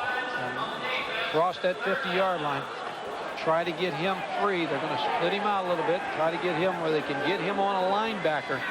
Well, the coaching staff at Boston College said he's best on the verticals. In other words, when you send him straight down the field, that he really will come up with the football well. See, that's what they do. Yep. Complete and out of bounds at the 35. This time it's Joe DiNucci. Joe's only 5'9", 174 pounds, but he made the reception, and there is a flag down. That's got to be holding against Boston College.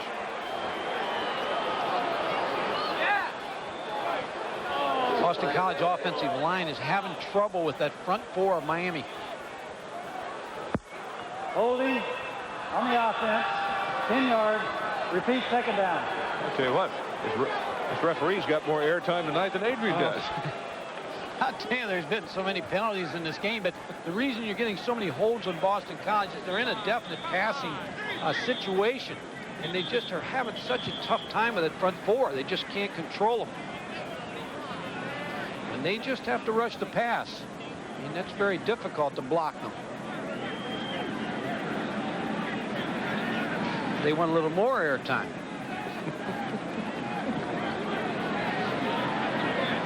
Come on, guys. Can't be that tough.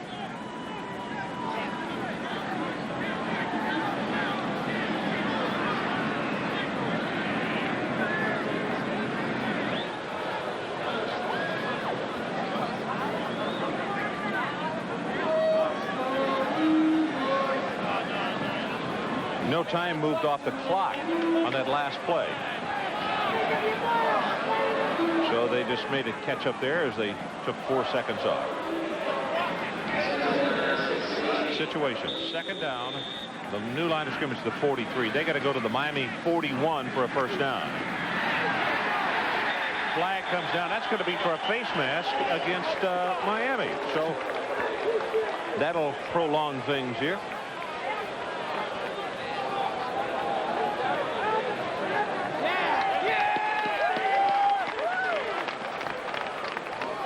Very vocal crowd here at Boston College. Look at the penalties already. Referee, 18 of them in the first half. These officials are going to have to order a whirlpool at halftime to get their arms back in shape. Face mask, personal foul on the defense, 15 yards. Wow. 5-yard variety. Kind of thought that's what it would be, but this one, the major, and of course it carries the automatic first down. And Dennis is out on the field, and he's hot. I don't know if I blame him. I saw the face mask, but it didn't look like a 15-yard variety. Well, this is where if you're a basketball coach, you get a technical. Well, if there were such a thing in football, Dennis would get it right now. He's chapped.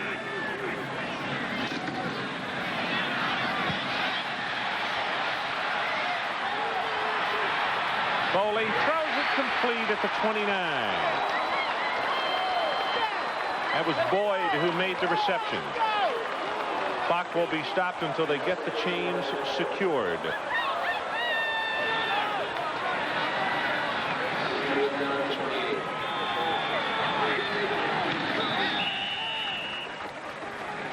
And I'll tell you what, now Boston College, that time, it's their timekeeper. Mike, I'm looking at the clock. 2 more seconds went off after the ball had hit the ground.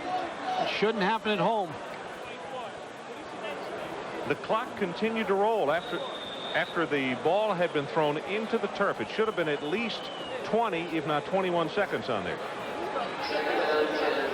And a little discrepancy as far as the big clock as well, showing 24 on the button. Now they take it down. 19 is the correct time. 19 seconds until halftime.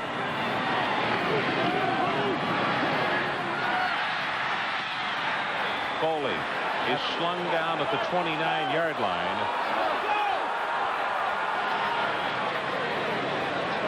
And Boston College will call the timeout. Not so sure you don't take your field goal right now. They used the last timeout, if that is their last timeout that they just gave them. They may have time for one throw into the end zone, but I think you're going to run it real close. From where the ball is down, it's going to be about a 46-yard attempt if they go for it from here.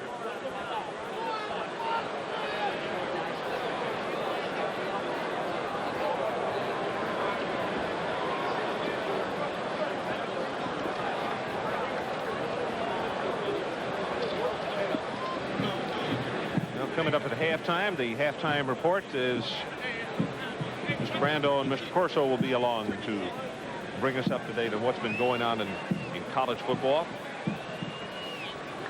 Thursday night, Mike and the Punch Doctor and myself, Jerry Punch, will be down in College Station, Texas for the annual soiree between Texas and Texas A&M. And then on Saturday, we're the first game of the triple header in Birmingham with Alabama and Auburn in that one. Ron, they're going to take one throw here, try to throw it to the end zone, or they have to throw something that's an out route with 10 seconds to go. And no timeouts left. Something to the corners.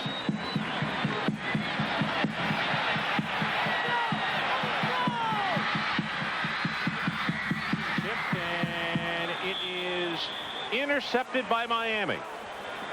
47, Ryan McNeil came away with the interception. And with that, the end of the first half.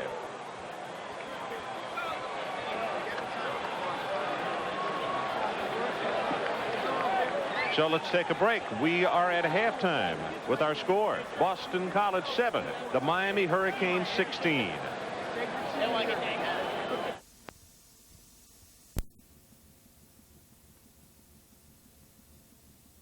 16-7 our score with the top-ranked Miami Hurricanes, and it's been a hard-fought situation for them. It's not one where they have just run away and have hidden.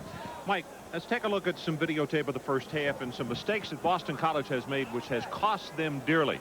First of all, a fumble by Dukes, and nobody's close to him. He's just trying to put it away. Well, they had a play because they had an unbalanced line into the short side of the field, and you can see he had some yardage to gain if he could have just held on to the football. But you're right, he tried to tuck it away, and it just got away from him.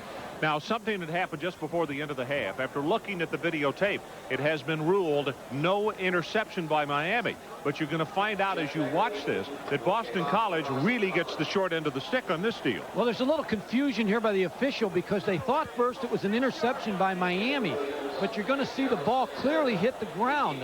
Tom Coughlin elected to try one pass before trying the field goal with 10 seconds to go. Now listen to this and watch the clock as the ball's being thrown by Glenn Foley. He took just a little bit too long. Now listen.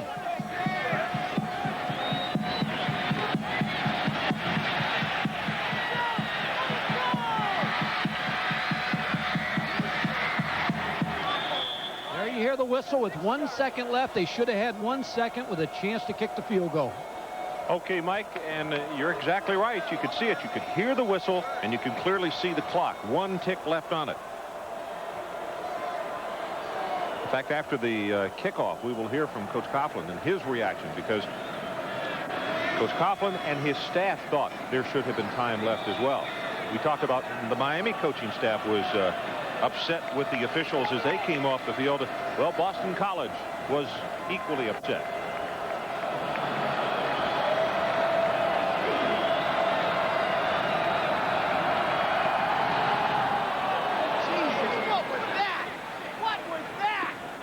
Beckley's kick, and Miami's going to take it over from the 30-yard line. Martin Patton with the return. Now let's get the reaction from Coach Coughlin. He talked with Adrian Karsten just a few moments ago. What was the beef at the end of the first half? The time, what was going on? Well, we thought there was 1 second left when the ball was clearly on the ground after the incomplete pass. They evidently thought it was an interception, so the clock didn't stop, but the ball was laying on the ground.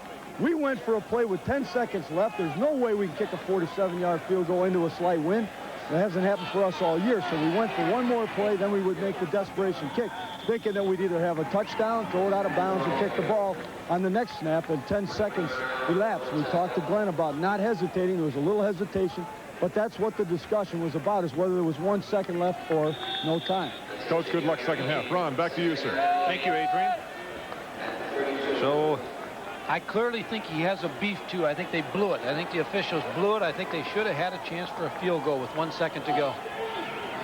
Agree with you after looking at those videotapes. Patton straight up the middle. Boy, he can really get a quick step on you. First half statistics, all even in first downs. Yardage, very, very close. If you're Miami, the thing that probably upsets you the most if you're the coach is those 12 penalties for 86 yards. Boston College has 6 for 63 yards. Sloppy first half. The officials, again, played a part in the first half. But Boston College is staying right with them step by step. But this is going to be an important drive by Miami to open up the third quarter. It's a very long first half as well, Mike. Patton, oh, does he get banged by Marinaro? Mike Marinaro, the junior from Andover, Massachusetts.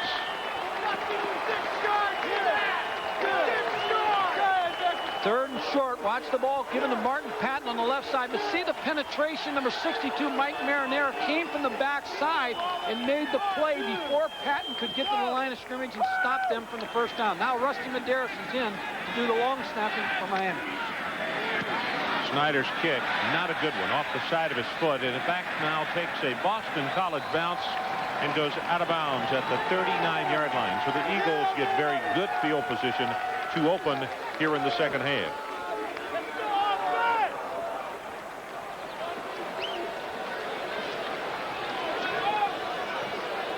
some individual numbers in the first half. Bell, 5 receptions, 53 yards and a touchdown. Barrow with 5 tackles, and he had the interception, which led to the first Miami touchdown. Boston College, Mitchell, the number 2 tight end, 5 receptions for him. Foley. Ball is almost intercepted by Armstead at the 50-yard line as Foley was being hit, and he was just going to take it downtown on the first down. Eric Miller is the man who hit him. And see, he knows he had somebody open. Eric Miller and Kevin Patrick came from the backside. Glenn Foley just took us a little bit too long to deliver this football. You don't see the pressure coming from his blind side. Watch Patrick, number 86. Watch Miller, number 95. Just took a little longer to throw the football. Should have been intercepted by Armstead. 13 of 17. 1 interception and 1 touchdown. 144 yards for Foley in the game. Here comes Miami. All-out blitz. And the ball is tipped and almost caught as Farms came over and made the tackle. Sometimes when your team is a little bit asleep in football, you start to try to generate them a little bit by blitzing, by trying to get them more active. And it appears like Miami on defense is saying, we're going to go after Glenn Foley. We're going to man up their receivers. We feel like we have more speed than they have, and we're going to try to force the issue a little bit. Gino Torretta, you can see him on the bench sitting there talking with Costa, who's the backup quarterback for the Miami Hurricanes. 16-7 our score. Just over 13 minutes to play, third quarter. Blitz again, and this one for Mitchell, incomplete, as Foley wound up in a heap under Armstead back at the 26. Well, this is how you try to change momentum if you're the coach. You just start sending those linebackers. Watch Michael Barrow and Jesse Armstead. They're going to get in Glenn Foley's face and try to force a bad throw. And they're not a big man coverage football team, but they're going to play it tonight. Kevin Williams, and you want to keep it away from him if you can. See those numbers that he's accumulated.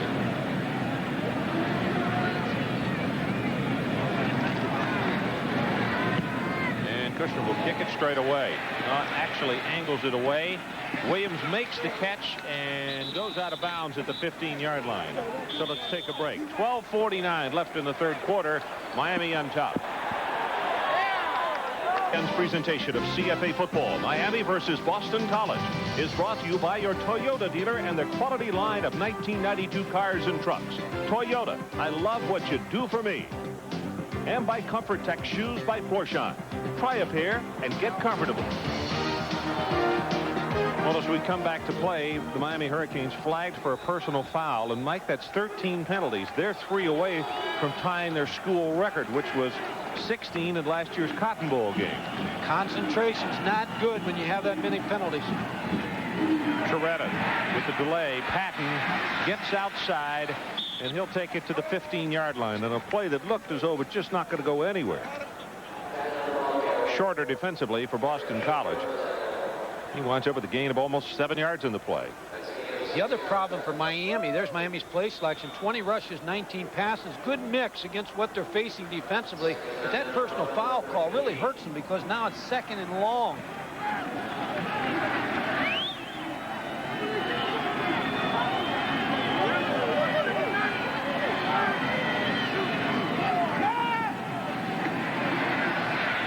Torretta. That's Coleman Bell as tight end. What an outstanding game he has had. And Kevin Williams was lucky as Bell came down that he did not roll up on the back of his legs and injure him. And in fact, BC has a player shaken up. It's Stephen Boyd. Miami's been successful going to Coleman Bell, the tight end, 6'2", 225 junior. Little delay route there to Coleman Bell. They released all the receivers downfield. Coleman Bell blocked, then released up the field. Gino Torretta wisely threw him the ball. Get close to the first down. Bell now with 6 receptions for 63 yards. You know that with this injury to Boyd, it looks as though it is not real serious. He's now up. Boston College only has 5 defensive backs that really are healthy and have any kind of experience to play because of injury. McGillis went out with mono earlier this week. To this point, Ron, they have done a good job slowing the great wide receiver speed of Miami down. They haven't had a big catch to this point.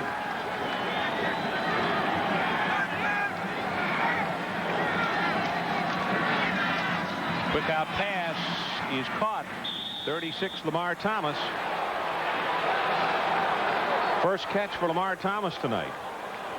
Junior out of Gainesville, Florida. Waldy Clark, 29, was out there to make the hit on him. Gino Torretta checked off, moved Martin Patton up to be a blocker. Now you got man-on-man coverage, and he's going to just throw the quick stop route to Lamar Thomas, number 36.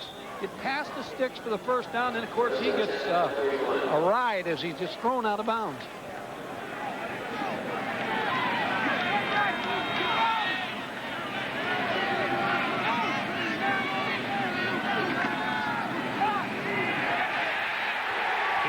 Be sacked, and now a flag comes down back at the 17. Dan Kerr. Loss of 13 yards.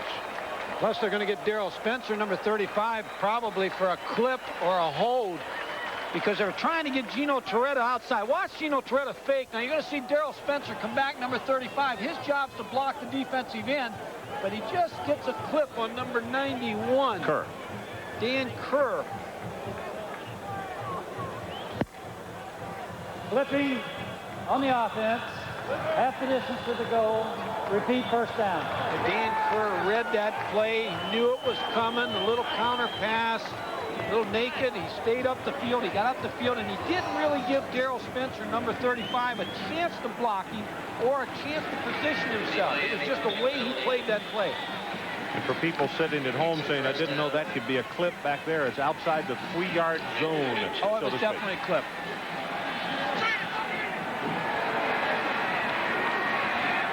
First down in nearly an acre, 32.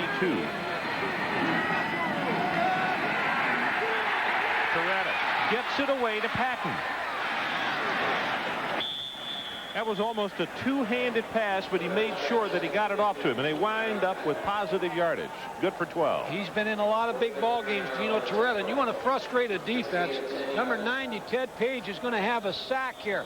But Torretta's so big and strong. Here he's got him, but he's got the sense to just flip the ball to Patton for the good gain. And again, a good decision by Gino Torretta.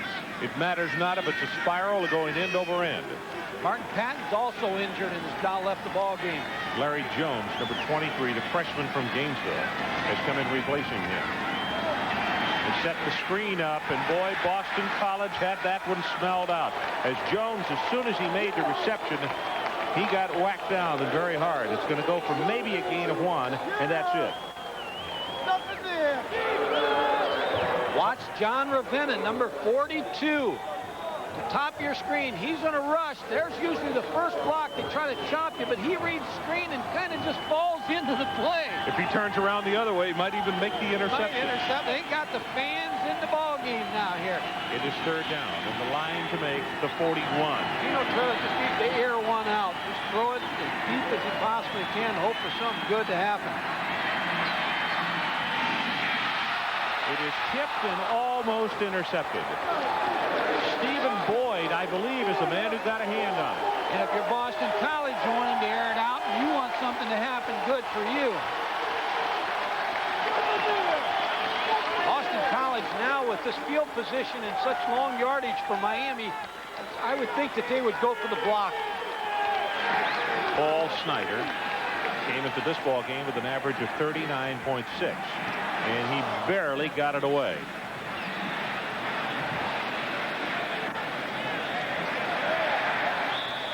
Michael Reed will let it go, so we'll take a break. Hurricanes, 16-7.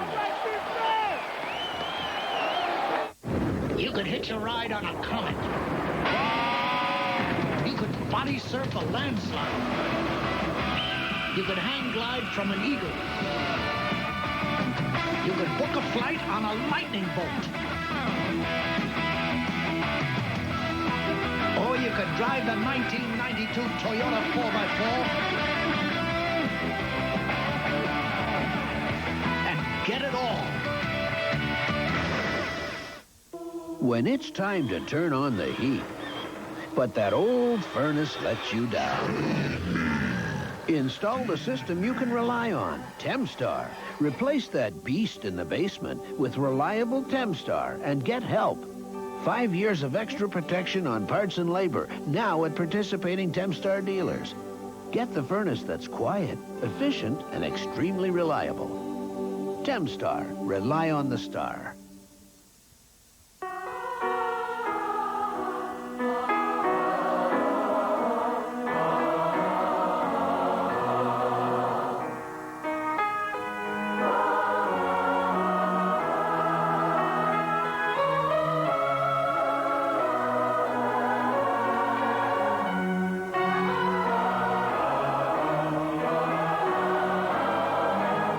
We have so much to celebrate. Corbel Champagne. Next Saturday, Miami hosts San Diego State. Auburn meets Alabama. And Notre Dame visits Hawaii. Live on ESPN. So Boston College shuts down Gino Toretta on that last drive, and penalties did not help his situation, his own team. Now it's Foley's turn. Let's see what he can do. Pressure from the backside, still gets it away, and Chimera was getting mugged. Smith called for the interference. Another late flag. Glenn Foley did a nice job of getting rid of that football, but he kept a tight end in the block. They kept number 82, Pete Mitchell, in the block to try to help him against that strong front line of the Miami defense. Now, Mike, Bill Shaughnessy has just come into the ballgame. Now, I don't know if Miami has noticed him or not, but you might explain one of a couple of plays that BC was running. He is the backup quarterback. Well, when you bring a second quarterback in the game, look for a possible double pass to use the quarterback. They may just put him in one play just to try to disguise it, but I would think if they have him in, you're going to look for a big trick play right here with the backup quarterback, Bill Shaughnessy, in the game. We'll see if the Hurricanes, and BC is hurrying to the line of scrimmage. So there he is. That's Shaughnessy. Junior from Clifton, New Jersey. That's what they're doing. Now he can throw because that was a lateral. Gets it out there and it is incomplete at the 4. Clarence Cannon, the intended receiver. You have to take your chances in a ball game, and that's one that they felt once they crossed the 50-yard line. That's a throwaway down. They bring in Bill Shaughnessy, number 10, line him up. There you see Bill Shaughnessy's the backup quarterback, just takes a couple steps, gets behind Glenn Foley, catches the ball, steps up. Now he's a quarterback and throws the ball deep and takes a lick after he throws it. Here's the pass downfield to Clarence Cannon, number 27. A little bump right here. Bumped him out of bounds. They got away with that.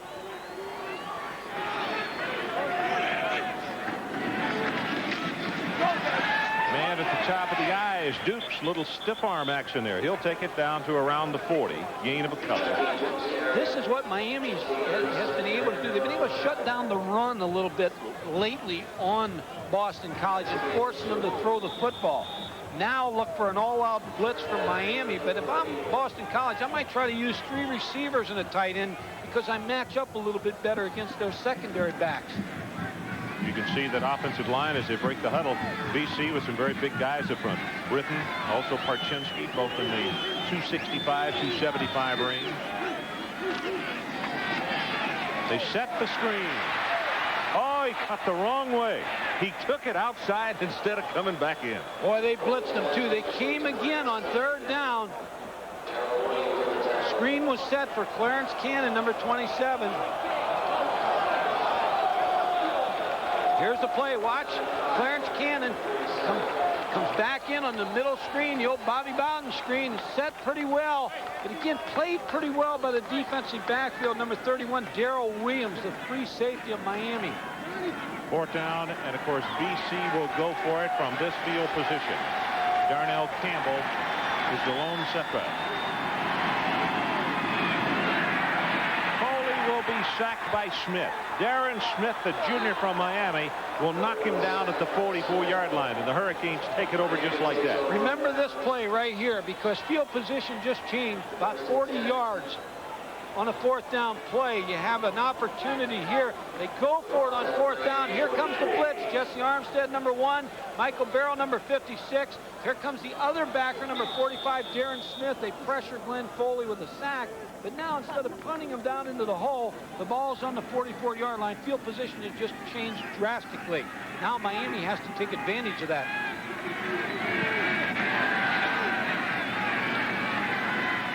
The Hurricanes leading by 9, 16-7. So they run a little reverse action here. Thomas gets one block.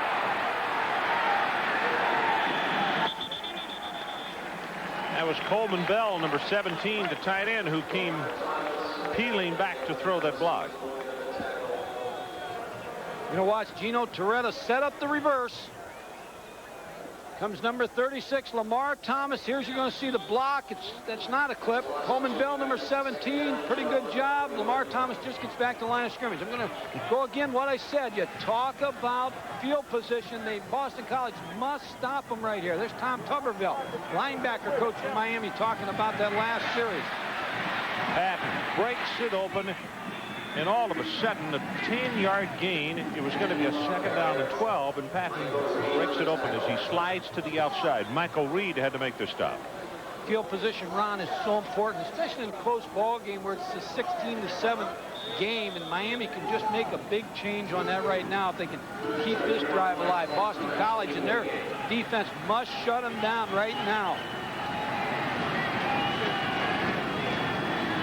Straight ahead with the running play, not going to have it. That is Tom McManus again. Oh, what a ball game 53 is that. It's exactly what they needed out of their defense. Tom McManus reading the one back. Remember what I said, when you run a one-back offense, there's no lead blocker. So Tom McManus, number 53, is able to come through and make the tackle. Kelvin Harris was there to block, and he destroyed him and came right through him. It's a good big situation for Miami if they choose to do it, or punt them in the hole and change that field position. Paul Snyder will punt it away. Reed calls for the fair catch, and he makes it. Well, it's time now for a weekly presentation of the Toyota Leadership Award, and tonight's winners are from the University of Miami, Darren Smith, a junior from Miami. He is a co-academic captain of the team, speaks to high school kids about the Say No to Drugs program, as well as the emotionally handicapped elementary school children. And for Boston College, it's Mike Williams, a senior from Brockton, Massachusetts. Mike is a 4-year walk-on as a special teams player and plans to enroll in law school this semester. Toyota is pleased to donate $1,000 to each player's school's General Scholarship Fund. Gamble weaves through a hole on the left side and takes it out to the 26-yard line. That's a gain of 9. Boston College lines up with the 3 tight ends. The quarterback, Glenn Foley, can go either way with it. Once he sends that man in motion, he can check either way with the run. And he checked to the way the man went in motion, Pete Mitchell. Now, this is the way they started their series, is where they've had success, where they mix the run in with the pass. 10 carries, 39 yards for Campbell.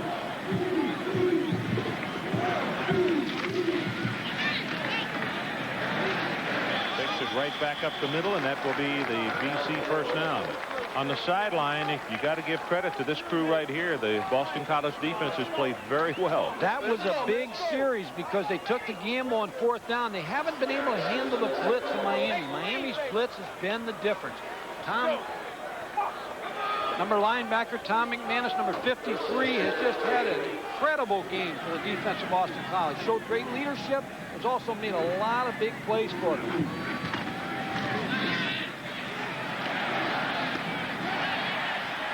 Jamura with the reception, and he will dive forward to the 45-yard line. Good for 15 yards in the pass play. To get blitz, the one thing to do is try to change the pocket a little bit. Move your quarterback around.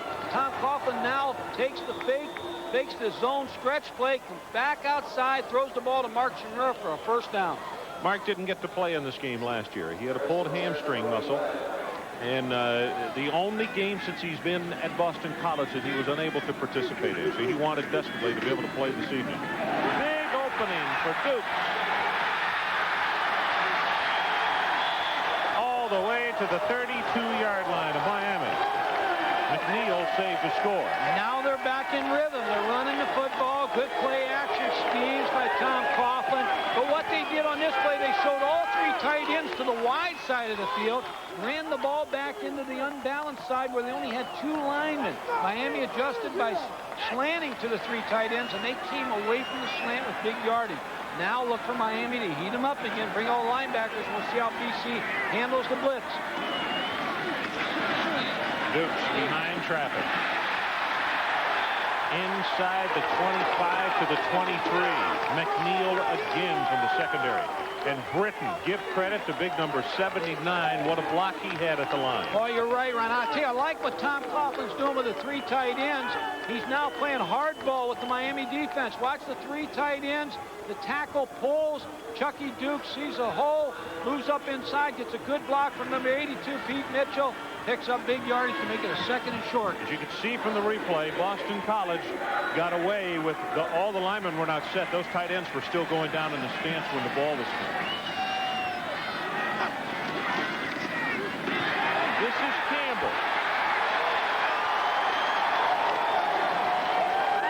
Hang on. When you get a team blitzing and you get them moving up the football field, always try to find a way to stop that penetration, and one of the ways is the trap up inside. Watch the defensive lineman come way upfield, and there's the trap. Darnell Campbell with the run, Tom Nalen with the trap, number 64.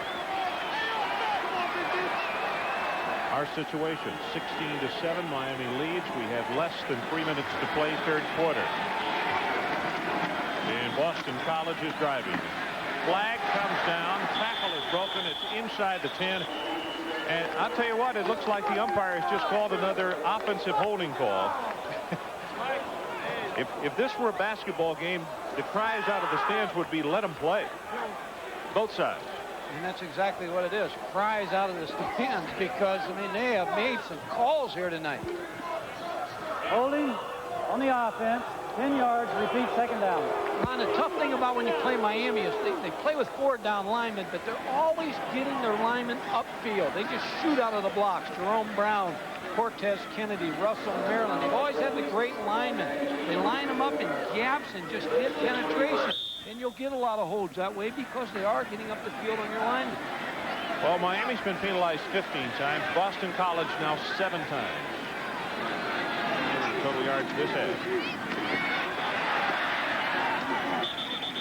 Campbell's going to take it to the 20. Michael Barrow for that middle linebacking position, number 56. They have to come away with something here. They had that blown opportunity where they fumbled the football in the first half, Chucky Dukes, and then not given the opportunity to kick the field goal just with 1 second to go. So they're down here again on the 20-yard line. They have to get some points against this Miami defense. Coming up at the end of the ball game, Mike and I will be picking the Visa players of the game, one from each squad. So stay tuned for that. Foley for the end zone. Touchdown.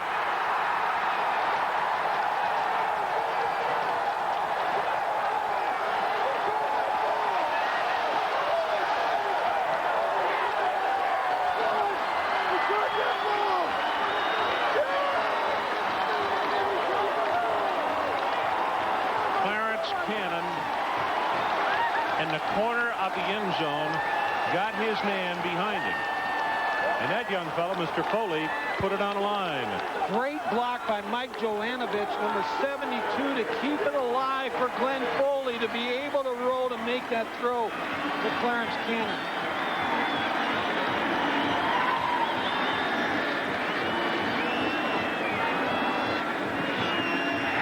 Sean Wright knocks it home. And as we go to break, let's look at it one more time with 1:48 left in the 3rd quarter. It makes it a 2-point lead by the Miami Hurricanes. Watch Glenn Foley. There's a block by 79. Dan Breton gives him some time. Throws the ball in the corner. Watch the feet of number 27 to try to drag him for the touchdown. What a catch. We'll be right back. Miami by 2.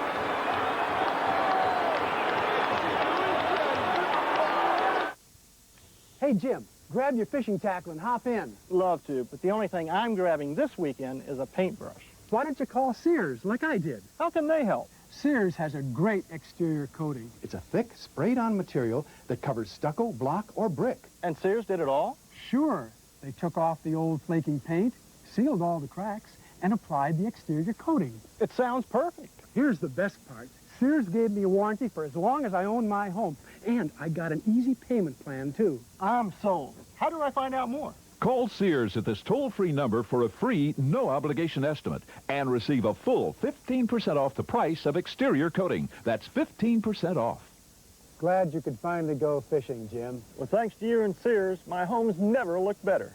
Call Sears at this toll-free number to find out more about exterior coating and your valuable 15% savings. It's a guaranteed way to add beauty and durability to your home. So call now. The New Orleans Saints marching through the rest of the league. The Atlanta Falcons hungry for another Hail Mary miracle. Big Out at 8 Eastern. It's Sunday night, Big Out, ESPN. Hi, I'm Chris Berman. Join us Sunday on NFL Game Day at noon. The Washington Redskins, that posse is flying and riding high. Jerry Glanville has his Falcons thinking about a rare playoff berth. And the saga of Detroit's Mike Utley, paralyzed on the field last week. Well, Clarence Cannon is being upstaged right there, but he upstaged everybody just a few moments ago with a gorgeous catch in the corner of the end zone. That was an 83-yard drive, Mike, by PC. Good play call by Tom Coughlin. Team's all fired up. They're going to get the pooch kick right now. Try to keep it away from number 5, Kevin Williams.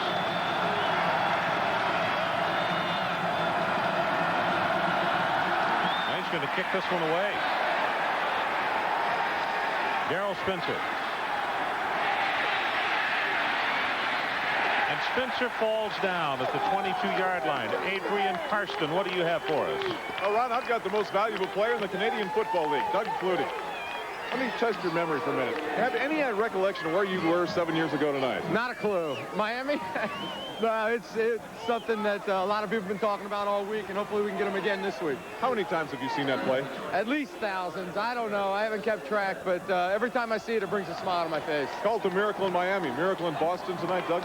Hopefully. Why not? You know, everybody's pumped up for it. We're totally outplaying them right now, so take it to them. Doug, thank you very much. Ron, he's walking around with a cellular phone. His wife is expecting a child any minute. That's what I understand. And we appreciate him taking time to come on with us. Oh, what a stick at the 19-yard line. Kamara came up and just gratted him for a loss of 4. Oh. This game plan of the Boston College coaches has just come together tonight. And I think one thing you'll find out of this football game, coaches like to borrow things. And one thing you'll find about coaches who are going to play Miami in the future, this 3 tight end offense will be something people will take a very close look at because it's giving Miami some problems.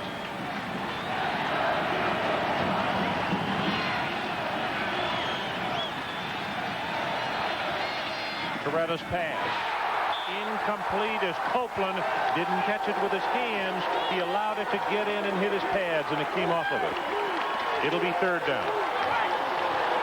You know what Miami needs right now? Things aren't going their way. They need somebody to step up, some leadership role, and of course that's going to fall on the shoulders on offense of Gino Torretta. On defense, it has to be a player like Michael Barrow with Rusty Medeiros out, but Boston College is playing sky high. I tell you, these fans are just going berserk. Nobody is sitting.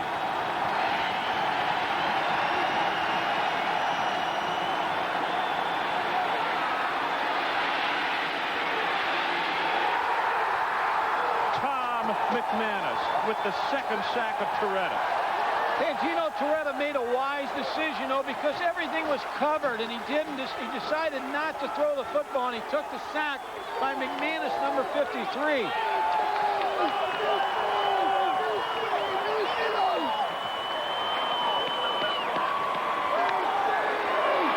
They are calling holding against Boston College. Well, so much time developed for Gino Torretta. He bought time. He didn't want to run the football. He didn't think he could pick up the 1st down. Illegal use of the hands on the defense. 10 yards. 3rd. What happened, obviously what happened is one of the defenders grabbed one of the receivers not to let him get away.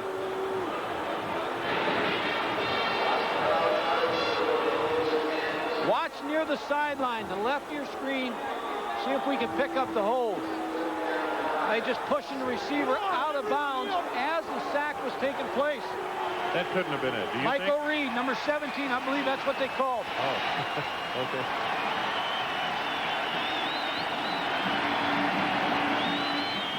Blitz comes up the middle. Toretta puts it up top, and Copeland has been forced out of bounds. That is a no play, so it is 4th down.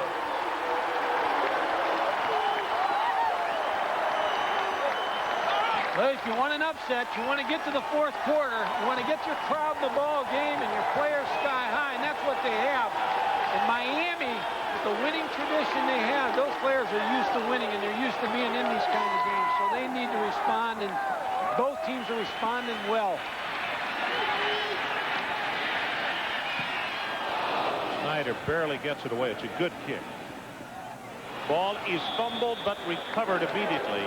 Michael Reed came up and made the catch at the 45-yard line. So BC has good field position.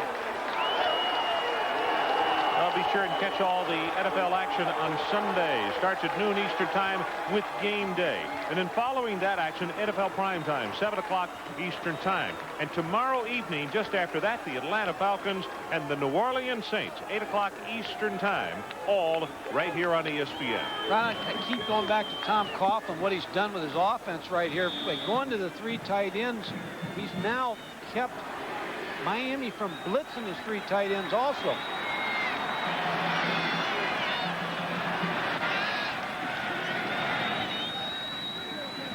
Seven folks coming, and the pass is dropped by Chimura, of all people. Now they come in with 2 tight ends on this series, brought the tight end in motion, Pete Mitchell, number 82. Here comes the blitz again. They're going to blitz 2 tight ends, but not 3 tight ends. Glenn Foley throws just before Darren Smith gets to him. Mark Chimura just did not hold on to the football. If you just joined us, we've got 5 seconds left in the 3rd quarter. It is Miami 16 and Boston College 14. Running play not going to go anywhere. Jesse Armstead stepped up into the hole to make the hit, and that'll be the end of the 3rd quarter. So let's take a timeout. And as we head to the final 15, they are standing here at Chestnut Hill. BC trails by only 2. 16-14 our score. Miami by 2, and Boston College with the football. Very good field position with a 3rd down and 10 though, and they need to advance the ball to the Miami 45 to keep this one alive. Blitz again. It is caught. Not going to be enough for the 1st down. Will be short by about a half yard at the 46-yard line. McNeil and Hurley Brown combined and stop. Mike, I don't think you can go for it right here, can you? I think it's a decision he's got to make right now. I think he's going to go for it. He's got 4th and a real short yard. There's a lot of time left right here. A lot of time. This is the one where you're right if you make it, and you're wrong if you don't. He dodged it one time in the ball game. He's going to come into the short side of the field. He's got all 3 tight ends on this side. He's going to come over here with it.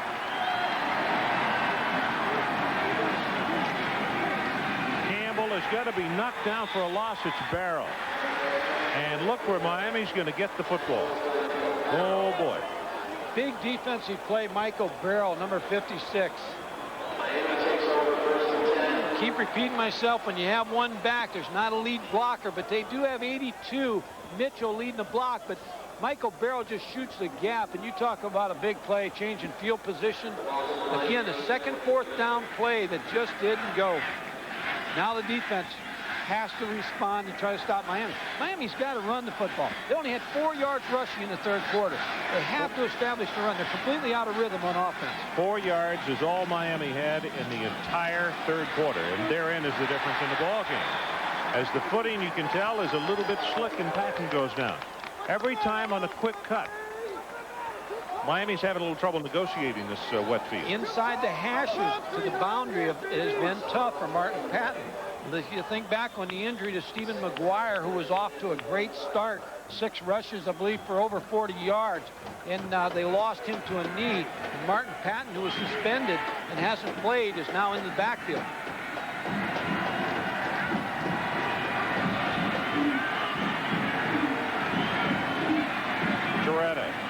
a man wide open. Kevin Williams works his way to the sideline. It's his first catch of the night, and he'll wind up with 9 yards in the play.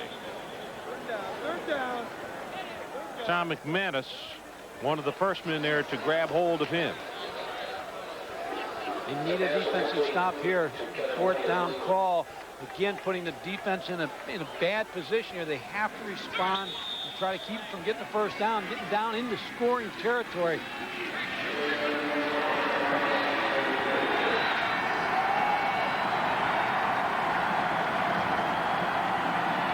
Patton again. Close to the first down. McManus again.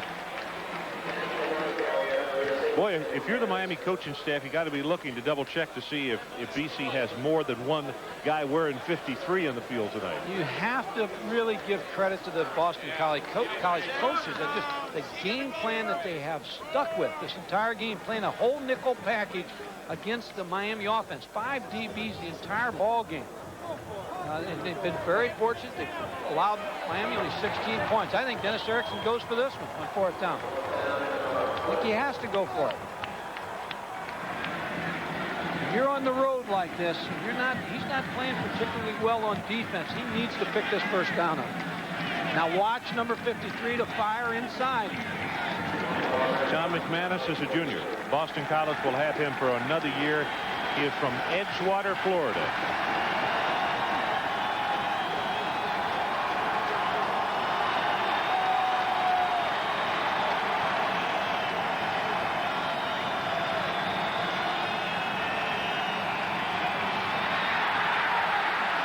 Because of the second effort, he will have the first down. Why Miami got to dodge the one there, because Boston College got people up the field again.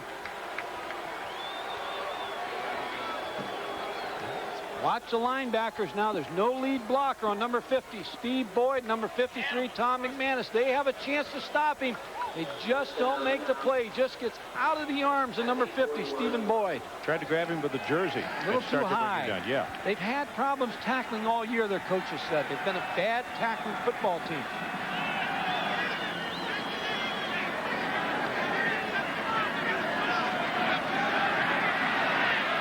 Pass is caught. Oh, my goodness. Spencer held on, and Charlie Brennan, who had a fumble recovery earlier tonight, just buried. The question is, who got there first, the ball or Charlie Brennan? I think he number was a little 28. early. Watch the 3 receivers. Now watch the open receiver. Watch to see if he gets hit before the ball's there. Darrell Spencer. Right. It was close. Good catch and good concentration by Darrell Spencer, number 35, the junior tailback receiver. First down, Miami, from the 28.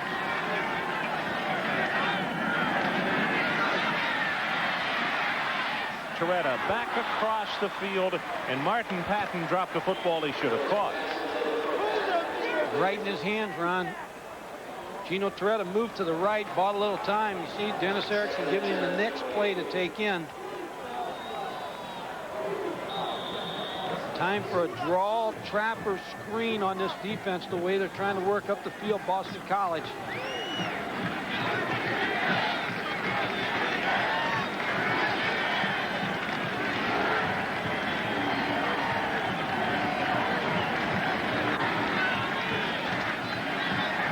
Pressure up the middle. Toretta gets away and now gets the pass to Patton. Oh, what a job by Toretta. That is incredible. He thinks extremely quickly on his feet. McManus is the man who was putting on the pressure.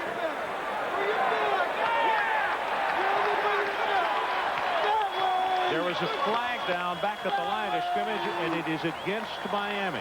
Tom McManus pressures Gino Toretta, but watch Gino Toretta. He's got his head up, just flips the ball out, buys a little luck there, and Martin Patton picks up the yardage, but all for naught because it's coming back.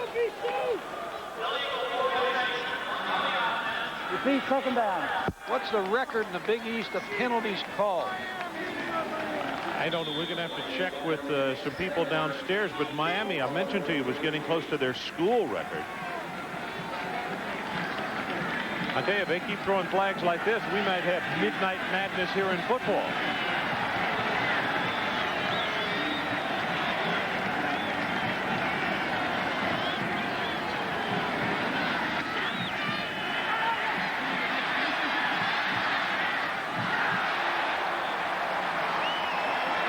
too tall. As Bell, you could see the ball tip off his hands. Key for Boston College has been they've been able to get a pass rush out of their front four, bring the linebacker McManus 53 and Stephen Boyd occasionally. But I think the biggest key is they've taken the wide receivers out of the game. Just think of how many long passes Gino Torretta has thrown down the football field to these wide receivers. He hasn't had that many where he's been able to complete them or throw the ball down the field. They've taken it away with the 5 defensive backs.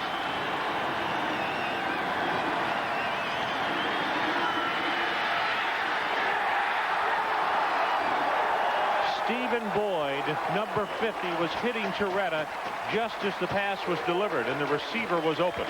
Mike, that time BC was a little bit late in getting the defensive call in, and one of the things that Coach Burkowski said to us yesterday was that they do so much late shifting that Miami is going to try to get the play off quicker. That's why, you're right, that's why Stephen Boyd comes through, because he shifted it to the outside and came off the line of scrimmage. They have bothered the Miami offensive line with their movement. Snyder kicks this one a mile high, but it's going to go into the end zone.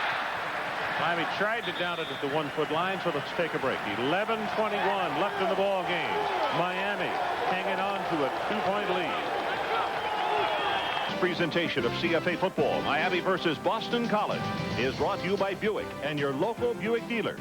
Remember Buick, the new symbol for quality in America. And by Corbel Champagne. We have so much to celebrate. Corbel Champagne.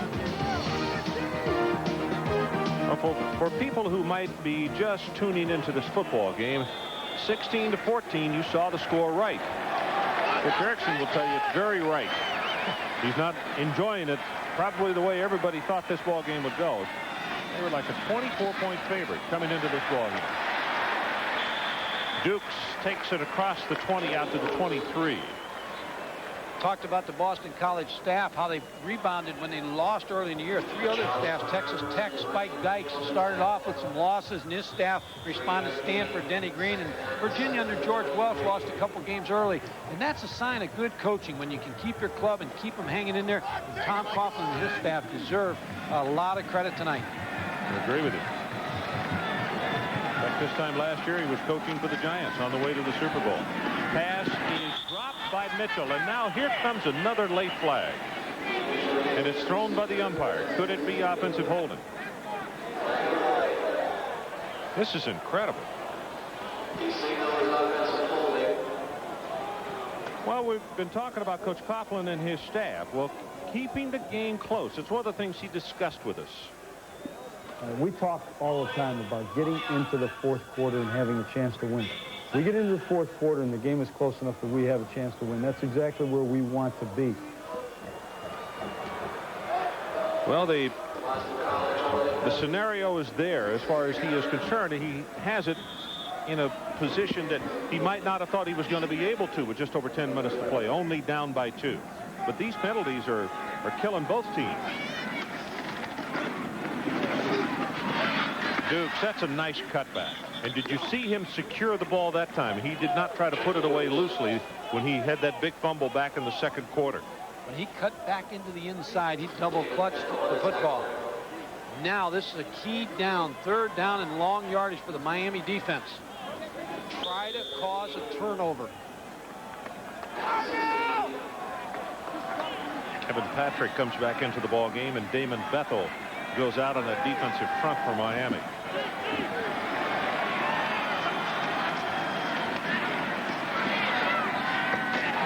It's caught at the 30-yard line, and from where they've spotted it, that's going to be a Boston College first down. Clarence Cannon, who caught the touchdown pass moments ago. Boy, Clarence Cannon, he stops right on the 30-yard line. It's going to be close. They're going to measure. Watch at the bottom of your screen. Man coverage. Watch Clarence Cannon break on the out. He's inside the 30-yard line, and then the tackle takes him back further. Mike, that ball is not spotted where the foot was put down when the ball came. I don't think Boston College is going to have it with this spot right here. Nope. Now for all you armchair quarterbacks and coaches out there, do you go for this one? No way. You got to punt the football. You've got 9 minutes and 54 seconds left. You're only 2 points down. I'm glad you're earning your pay tonight, making these decisions. You're not telling me you would have gone for that, are you? No, I'm not saying that. But, just trying to make it interesting for the fans out there watching. Kushner. And, of course, this guy right here can make everything we're talking about, just make it a very moot point. Have to kick away from Kevin Williams here. You got to kick the ball in the hash, kick it away from him. Do not let him return this football. So far, he is minus yardage on 3 punt returns, is Kevin Williams. And he's looking for him. Look where he's lined up. He's looking for him to kick it out of bounds on the near side. He's trying to bait him. And the punt goes the other direction. And he's still going to be at minus yardage in return. Maybe he got 1 on that one. 38 yards in a kick. Loses 1 on the return. We'll be right back. Mike Gottfried and Adrian Karsten from Chestnut Hill, Massachusetts. There you see the situation. 16-14 Miami. Ron, I've run 3 straight plays. Ball is fumbled as Toretta came out from under center. Now a late flag comes down. And Adrian Karsten, what do you have for us? Very disappointed young man over my right shoulder. Steve is very unfortunately has got a lot of swelling in his left knee where he tore some of those ligaments, or at least strained them. Now what may happen this week, Ron and Mike, is that he'll have to undergo arthroscopy, but wait for a lot of the swelling in his knee to go down. He has a lot of internal bleeding. They've got to see what the situation is after the swelling goes down. They may even have to do some reconstructive surgery again. Okay, Adrian, Stephen McGuire on the bench, and you could see that number. Mike, that's incredible. 20 carries for 19 yards since he has left the football game. He was off on a record-setting night, and then the injury took him out of this football game. Toretta spreads it at the 40-yard line. That's caught by Coleman Bell. So regardless of the 5-yard penalty because of the procedure, Miami comes right back and picks up 14. Stephen McGuire went to Fork Union Prep School. He's from Brooklyn. He went to the same school that Vinny Testaverde went to, and then he actually called the Miami coaches and told them he wanted to come to Miami.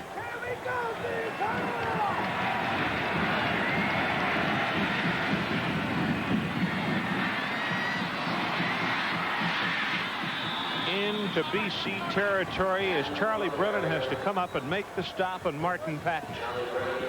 It's almost like the Hurricanes heard us talking about the lack of rushing game. I would just continue to run the football with Martin Patton. Have to establish the run. The penalties is what's hurt them on first downs, forced them to throw the football. But if they can continue to run the ball on first down, pick up their 4 or 5 yards, they put themselves in better position to throw the football.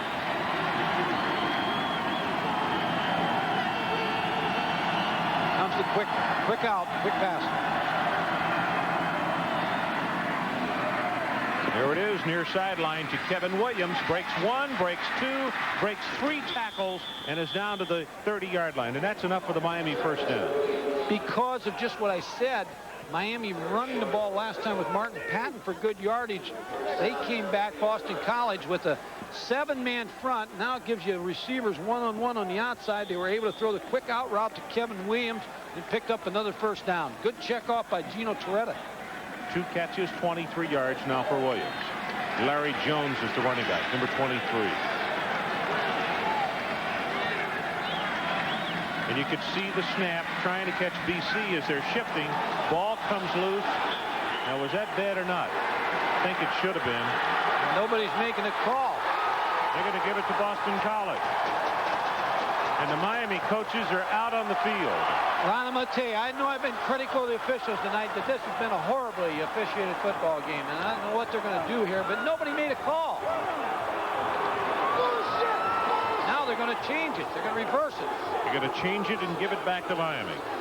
Wow, I'm telling you.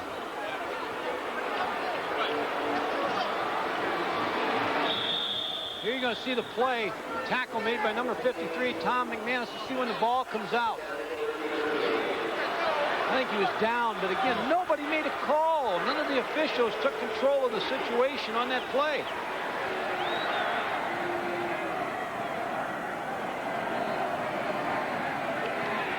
sets the middle screen to Williams. Boy, they ran him right into traffic. 91 Dan Kerr was right there. Hey, one thing, Boston College isn't giving up an inch. They're knocking right with Miami. And I talked to earlier about there's 2 games left for Miami. They have San Diego State and they have Nebraska. And I'll tell you, both those schools will be looking for this film. The last 5 possessions by Miami. 3-3-3, and then 8 plays for 20 yards in the punt.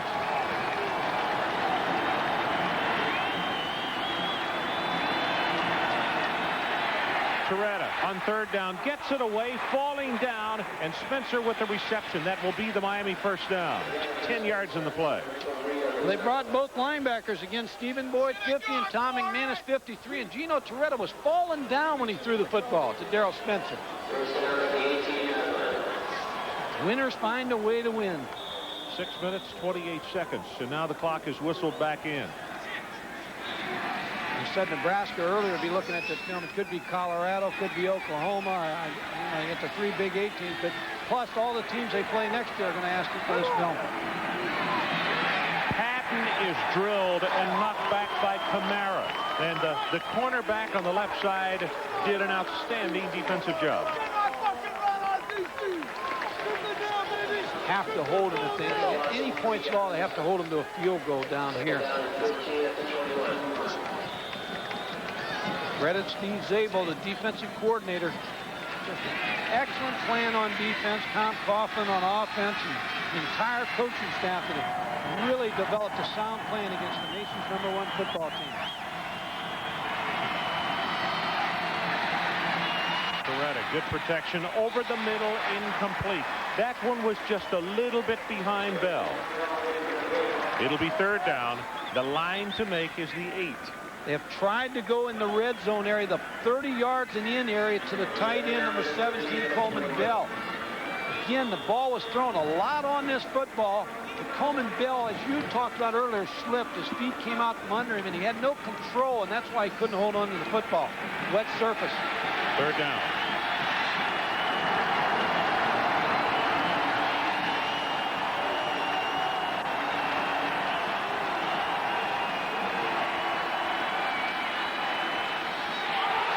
Almost intercepted by Charlie Brennan. He already has 1 turnover tonight with the fumble recovery. Probably should have 2 right now. They tried to go to the same play. 17 Coleman Bell on just an up route on the hash. Charlie Brennan was sitting back, number 28. Should have had the interception. Just broke in front and knocked it down, forcing a field goal. 38-yard field goal attempt by Carlos Huerta.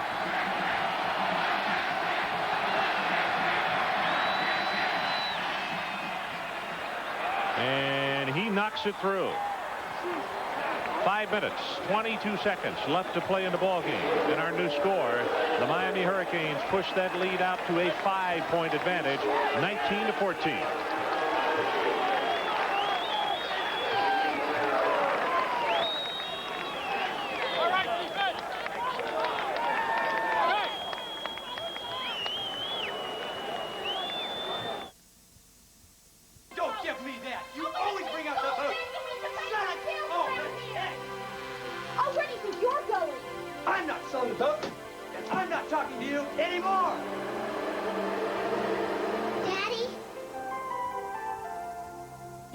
Your Bible. In an unstable world, your family needs a firm foundation. Jesus, always the same. Experience the joy of Calvary. Buick LeSabre, America's #1 selling family sedan and Florida's lowest prices at quality Buick today. The 1992 Buick LeSabre, loaded with options including driver's side airbag, is now offered for a limited time from just $15,995 with 2.9 APR available. Brand new and only while they last. The 1992 Buick LeSabre from just $15,995, but only at Quality Buick on Highway 1792, Castleberry. Sunday night. It's been a tough weekend. Yeah, it's not easy bringing home the bacon. Especially when you could be the bacon. So what's on TV? How about some Sunday night NFL on ESPN? Yeah, let's watch them toss around the old pigskin. Don't say pigskin. Sunday night NFL on ESPN. Hey, boys, let's pig out. America, let's pig out. ESPN. Want some pork rinds? Oh, Dad! Pig out! Carlos Huerta just converted on the field goal attempt, pushing his #1 ranked Miami Hurricanes out to a 19-14 advantage.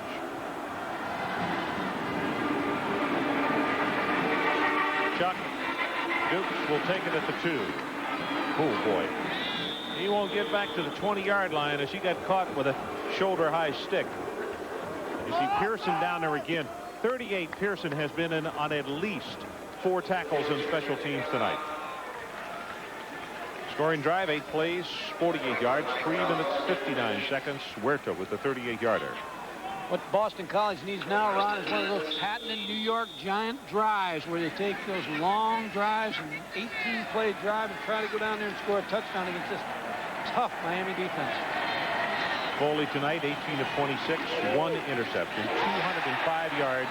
But that right there is what has gotten them going in the second half. Darnell Campbell with the run.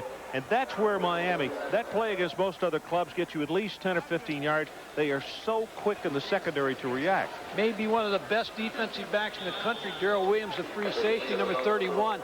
When he breaks on the ball, usually he's playing too deep and he's sitting about 12, 15 yards deep on the hash. He just reacts so well to passes and runs.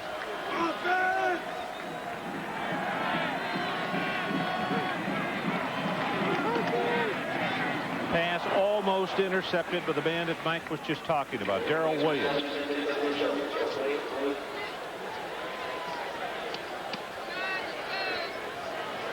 So now it's 3rd down. I think Boston College heard old Paul Revere tonight because they've been looking for it about every way you can look for it. They have played these guys toe-to-toe. 4:38 left in the ball game, and the Eagles trailed #1 Miami by only 5 points. Here comes the pressure in the middle. Pass is almost intercepted by Herbert James. And now BC has no choice. They have got to punt the football back. They sat right on the receiver, sent the blitz, knew that the receiver was going to break it off at about 12 yards. And just Herbert James, number 26, just was sitting there on the out route to pick it off. Just went right through his hands.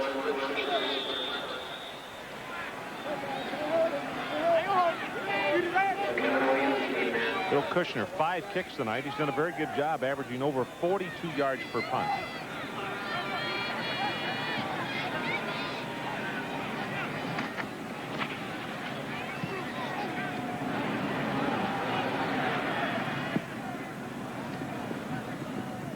Miami will not handle the football. What in the world?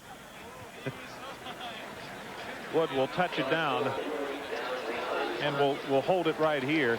Well, you could see at the last minute there, the guy we're talking about, 38 Pearson, for some reason ran close to the football. That thing touches you, all of a sudden you get a chance for a turnover. I don't know what he was thinking there for a moment. When it touched him, he'd had a bus ride back to Miami. Bill Kushner, the punter, punted at Palomar Junior College under Tom Kraft, who's real good junior college coach out in California, with a good punt.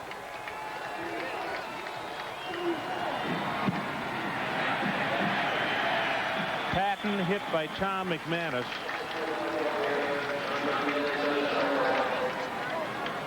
He's been busy all night, Ron. Tom McManus. He's read the one-back offense. He's made key plays. He's been able to shoot, blitz inside, stop runs, been involved in the passing game. Really done a fine job at the linebacker position.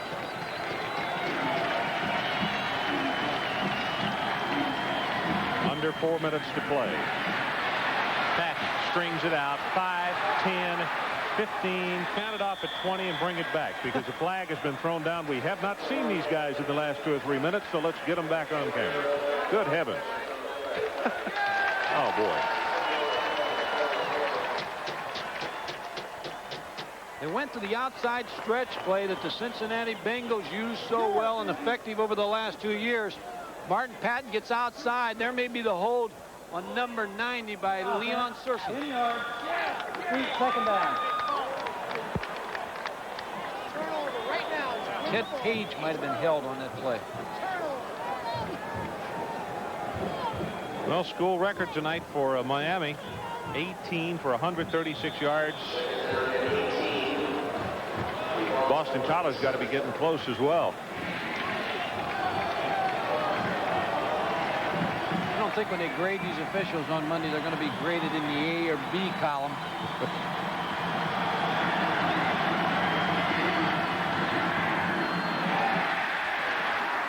Credit that one to Stephen Boyd. Number 50 was coming pell-mell after the quarterback. Toretto had to get rid of it, and Patton had not turned around yet. They've had a tough time picking up Stephen Boyd when he shoots to the outside. He's an inside backer, and on plays where they take the back and move him in motion, they'll bring him from the outside. And the offensive tackles have had a hard time picking him up because of his quickness off the corner. 4 out of 13 on third down conversions.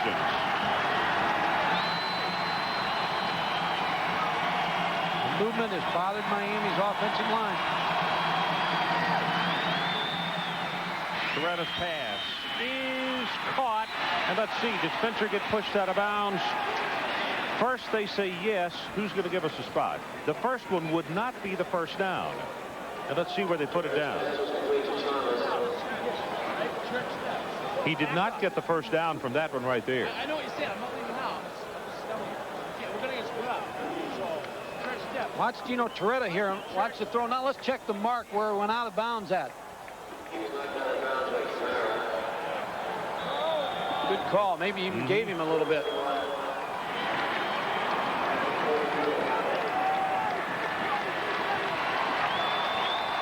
It's been a game of fourth downs.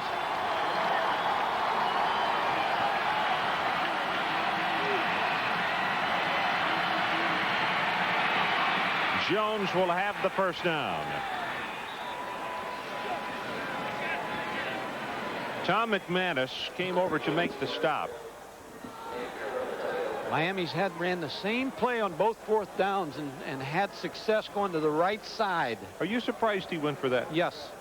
With only a 5-point lead and about 3 minutes and 10 seconds left to go in the ball game, I am as well. But he has confidence in his offensive line. He ran to Searcy's side. He ran to his tight end, Coleman Bell, Martin Patton.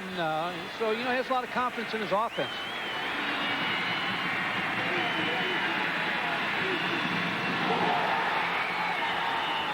Toretto gets back on the football. And it is for that reason right there that I'm surprised he went for it. Because of a wet field and just conditions that are not totally conducive to having 100% confidence means nothing if the conditions work against you. You know, when you go through a game, I'll tell you what's going through his mind. Boston College has had some success moving the ball. I know what you're saying. If you punt them down, they've got to go a long way. Right. But he just has so much confidence in his defensive football team and his offensive team. That's why they're the #1 team in the country. I mean, he believes in them. He believes they can pick up a half a yard. This is Patton. Squares the shoulders, and he's going to wind up across midfield as Stephen Boyd comes over to make the hit. And with this, timeout is called by Boston College as we have only 2:06 left to play in the ball game, so we'll take it with them. Timeout on the field. Hurricanes 19, Boston College 14. Big third down play for Miami here to keep this drive alive. Boston College had to use a timeout round. They got 2 left.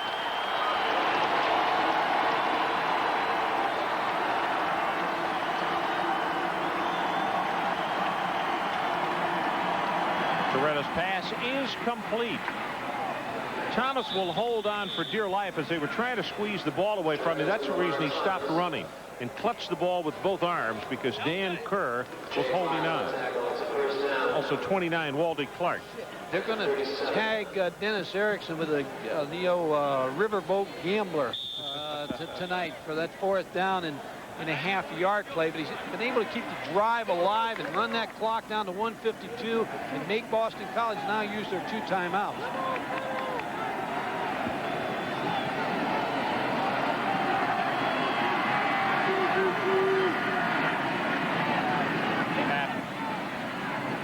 Has a couple. timeouts. You got to use them now. And also Marinero stepping up to make the hit for BC, and now they have the one timeout left as the Boston College Eagles, as they call it. So we'll hold it right here, and reminding you as we look ahead Thursday night, have the great annual turkey affair this year. It's at College Station, Texas, as the Texas A&M Aggies, who have been extremely exciting and also impressive in their last 5 or 6 ball games, take on the Texas Longhorns. 7:30 Eastern time. I think R.C. Slocum's team has to be in the top 5, at least the top 6 in the country of teams I've seen all year. They're impressive. I tell you, they pack a defense with them. Bucky Richardson's the most underrated guy on a football team, the Tom Matte of college football this year. I mean, just does so many things for that football team. And Texas has a big, strong defense, so could be a shootout.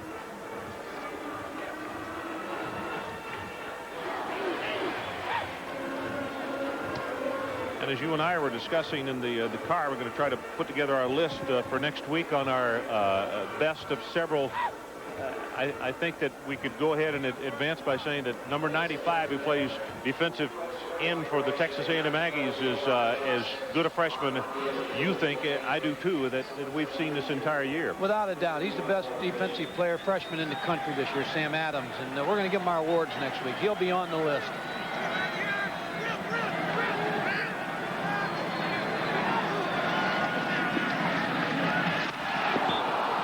Pass for Thomas, and that one very close to getting some action from Eric Shorter. Well, they caused a blitz. They blitzed him on defense. Now they force Gino Torretta into checking off. Instead of running the football and causing them to spend another timeout, they threw the football. Should have had the completion, but the receiver, Thomas, fell down. But now you don't have to stop the clock. Now you can use your last timeout to force them to punt if you can hold them right here.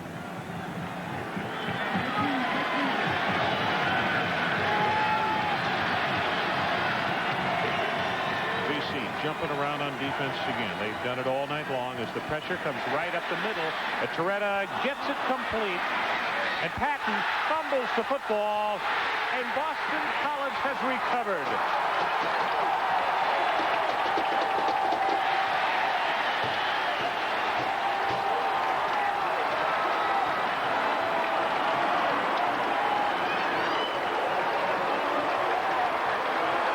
Waldy Clark has made the recovery. Somebody better start looking to see if Doug Flutie's getting in a uniform here as we go down to the wire. Watch the play Gino Torretta makes. I'm telling you, he makes a great throw to Patton to make that catch. Here's the tackle. There's the ball going up in the air, and now Boston College has the football and still one timeout with 1:20 on the clock. That was Eric Shorter who made the hit and caused the fumble.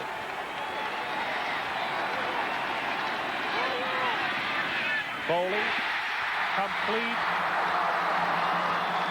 out across the 45-yard line. Shimura, the tight end, is there for 17.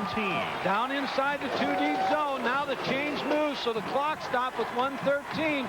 7 years ago tonight, Boston College down in Miami beat them. Lightning strike twice? They say it doesn't. We'll see in the next minute and 10 seconds. Foley gets it away. That ball is dropped, and boy, Keith Miller was having to turn around, but he had it in his hands, Mike. And a flag is down at the 45-yard line.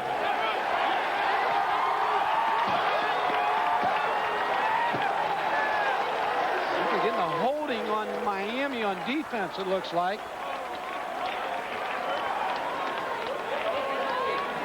Keith Miller had that ball, just got turned the wrong way. But the penalty still picks him up. On the defense, 10 yards, first down. 19 penalties, 146 yards. You think they're watching this game in Washington, Florida State, Florida, Michigan, Texas A&M, the Bow Scouts?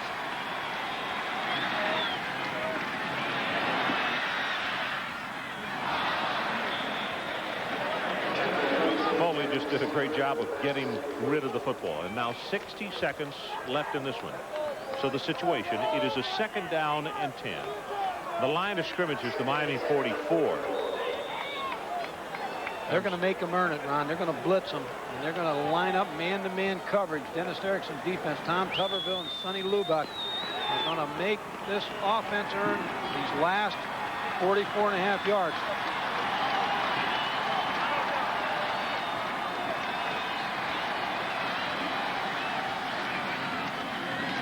Here comes the pressure, and the looking screen is there.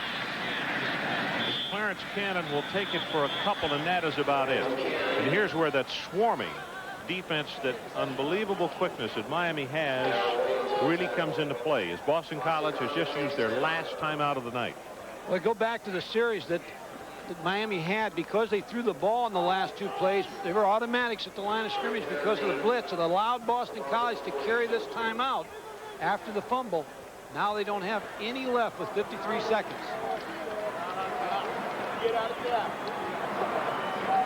Gino Toretta looks on. Out of his hands right now. He threw a completion, then it was fumbled. Boston College recovered it, and they have advanced the football to the Miami 42-yard line. Coming up next, the Residence Inn College Football School Board.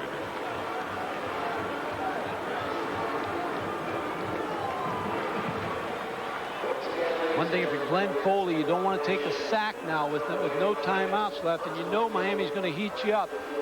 Tom Coughlin knows that he's going to get pressure from the linebackers, and that front four is just going to put their ears back and come on a pass rush.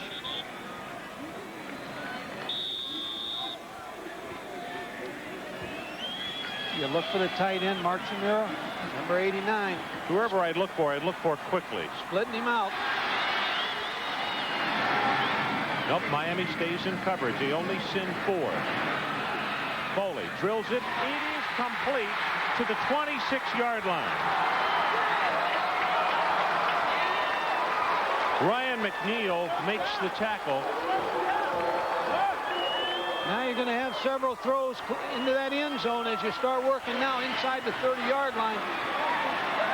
Now the clock starts to move. You got to be ready to go.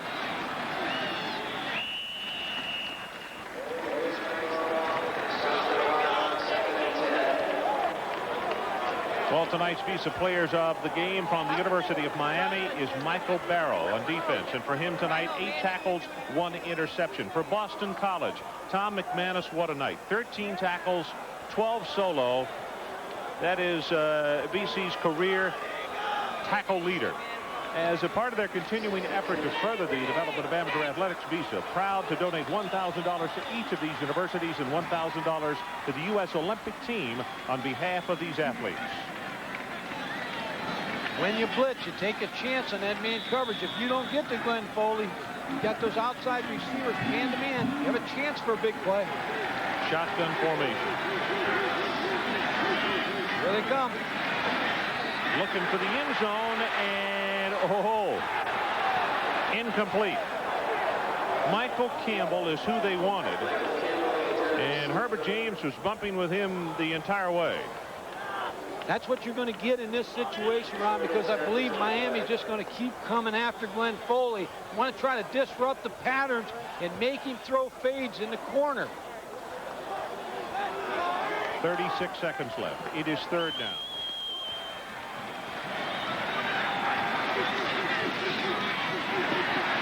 Barrow, but he cannot get away from number 86, Kevin Patrick, and he'll be sacked back at the 40-yard line. That's the one thing you can't have happen in that situation. Now on 4th down, you just got to pitch it on down the field. Big sack by Kevin Patrick, 86. Time management right now of the essence for BC, and a flag comes down.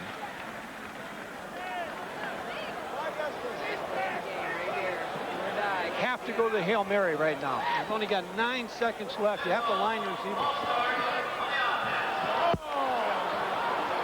Now it's throw the end zone time, Ron.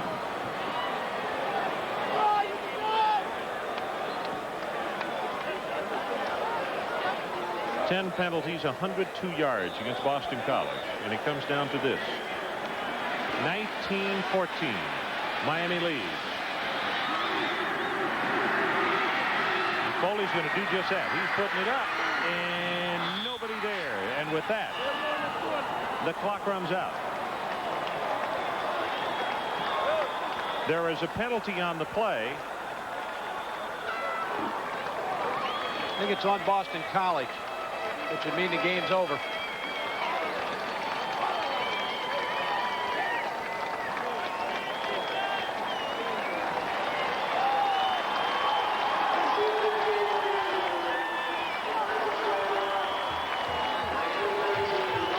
Two number 13s who had outstanding football games tonight. Visiting on the field. Penalty is against Boston College, so this one is now over. And like 19-14, Boston College was an underdog by anywhere from 24 to 26 points in this one tonight. And let's go down to Adrian Karsten, who is with Coach Erickson. Coach, take a deep breath. First of all, congratulations on your victory. You win the game by 5 points. Are you concerned what would happen to you with the polls, or what the reaction is there? The polls, we won the game. That's all that matters. We came off an emotional one, and Boston College, you got to give them credit. They played great. What gave it the most problem for you guys tonight? Their game plan, the way they kept coming at you with different looks all the time? That and emotion. You can look at the stands and all that. They had great emotion, and they played great. We're lucky to win, but we're still undefeated. So. Coach, congratulations. Thank you very much. Ron? All right, thanks, Adrian. Once again, the final score, Miami 19 and Boston College 14. Be sure and stay tuned for the college football scoreboard, which follows next. And now for Mike Gottfried and Adrian Karsten, I'm Ron Franklin saying good night from Boston, Massachusetts.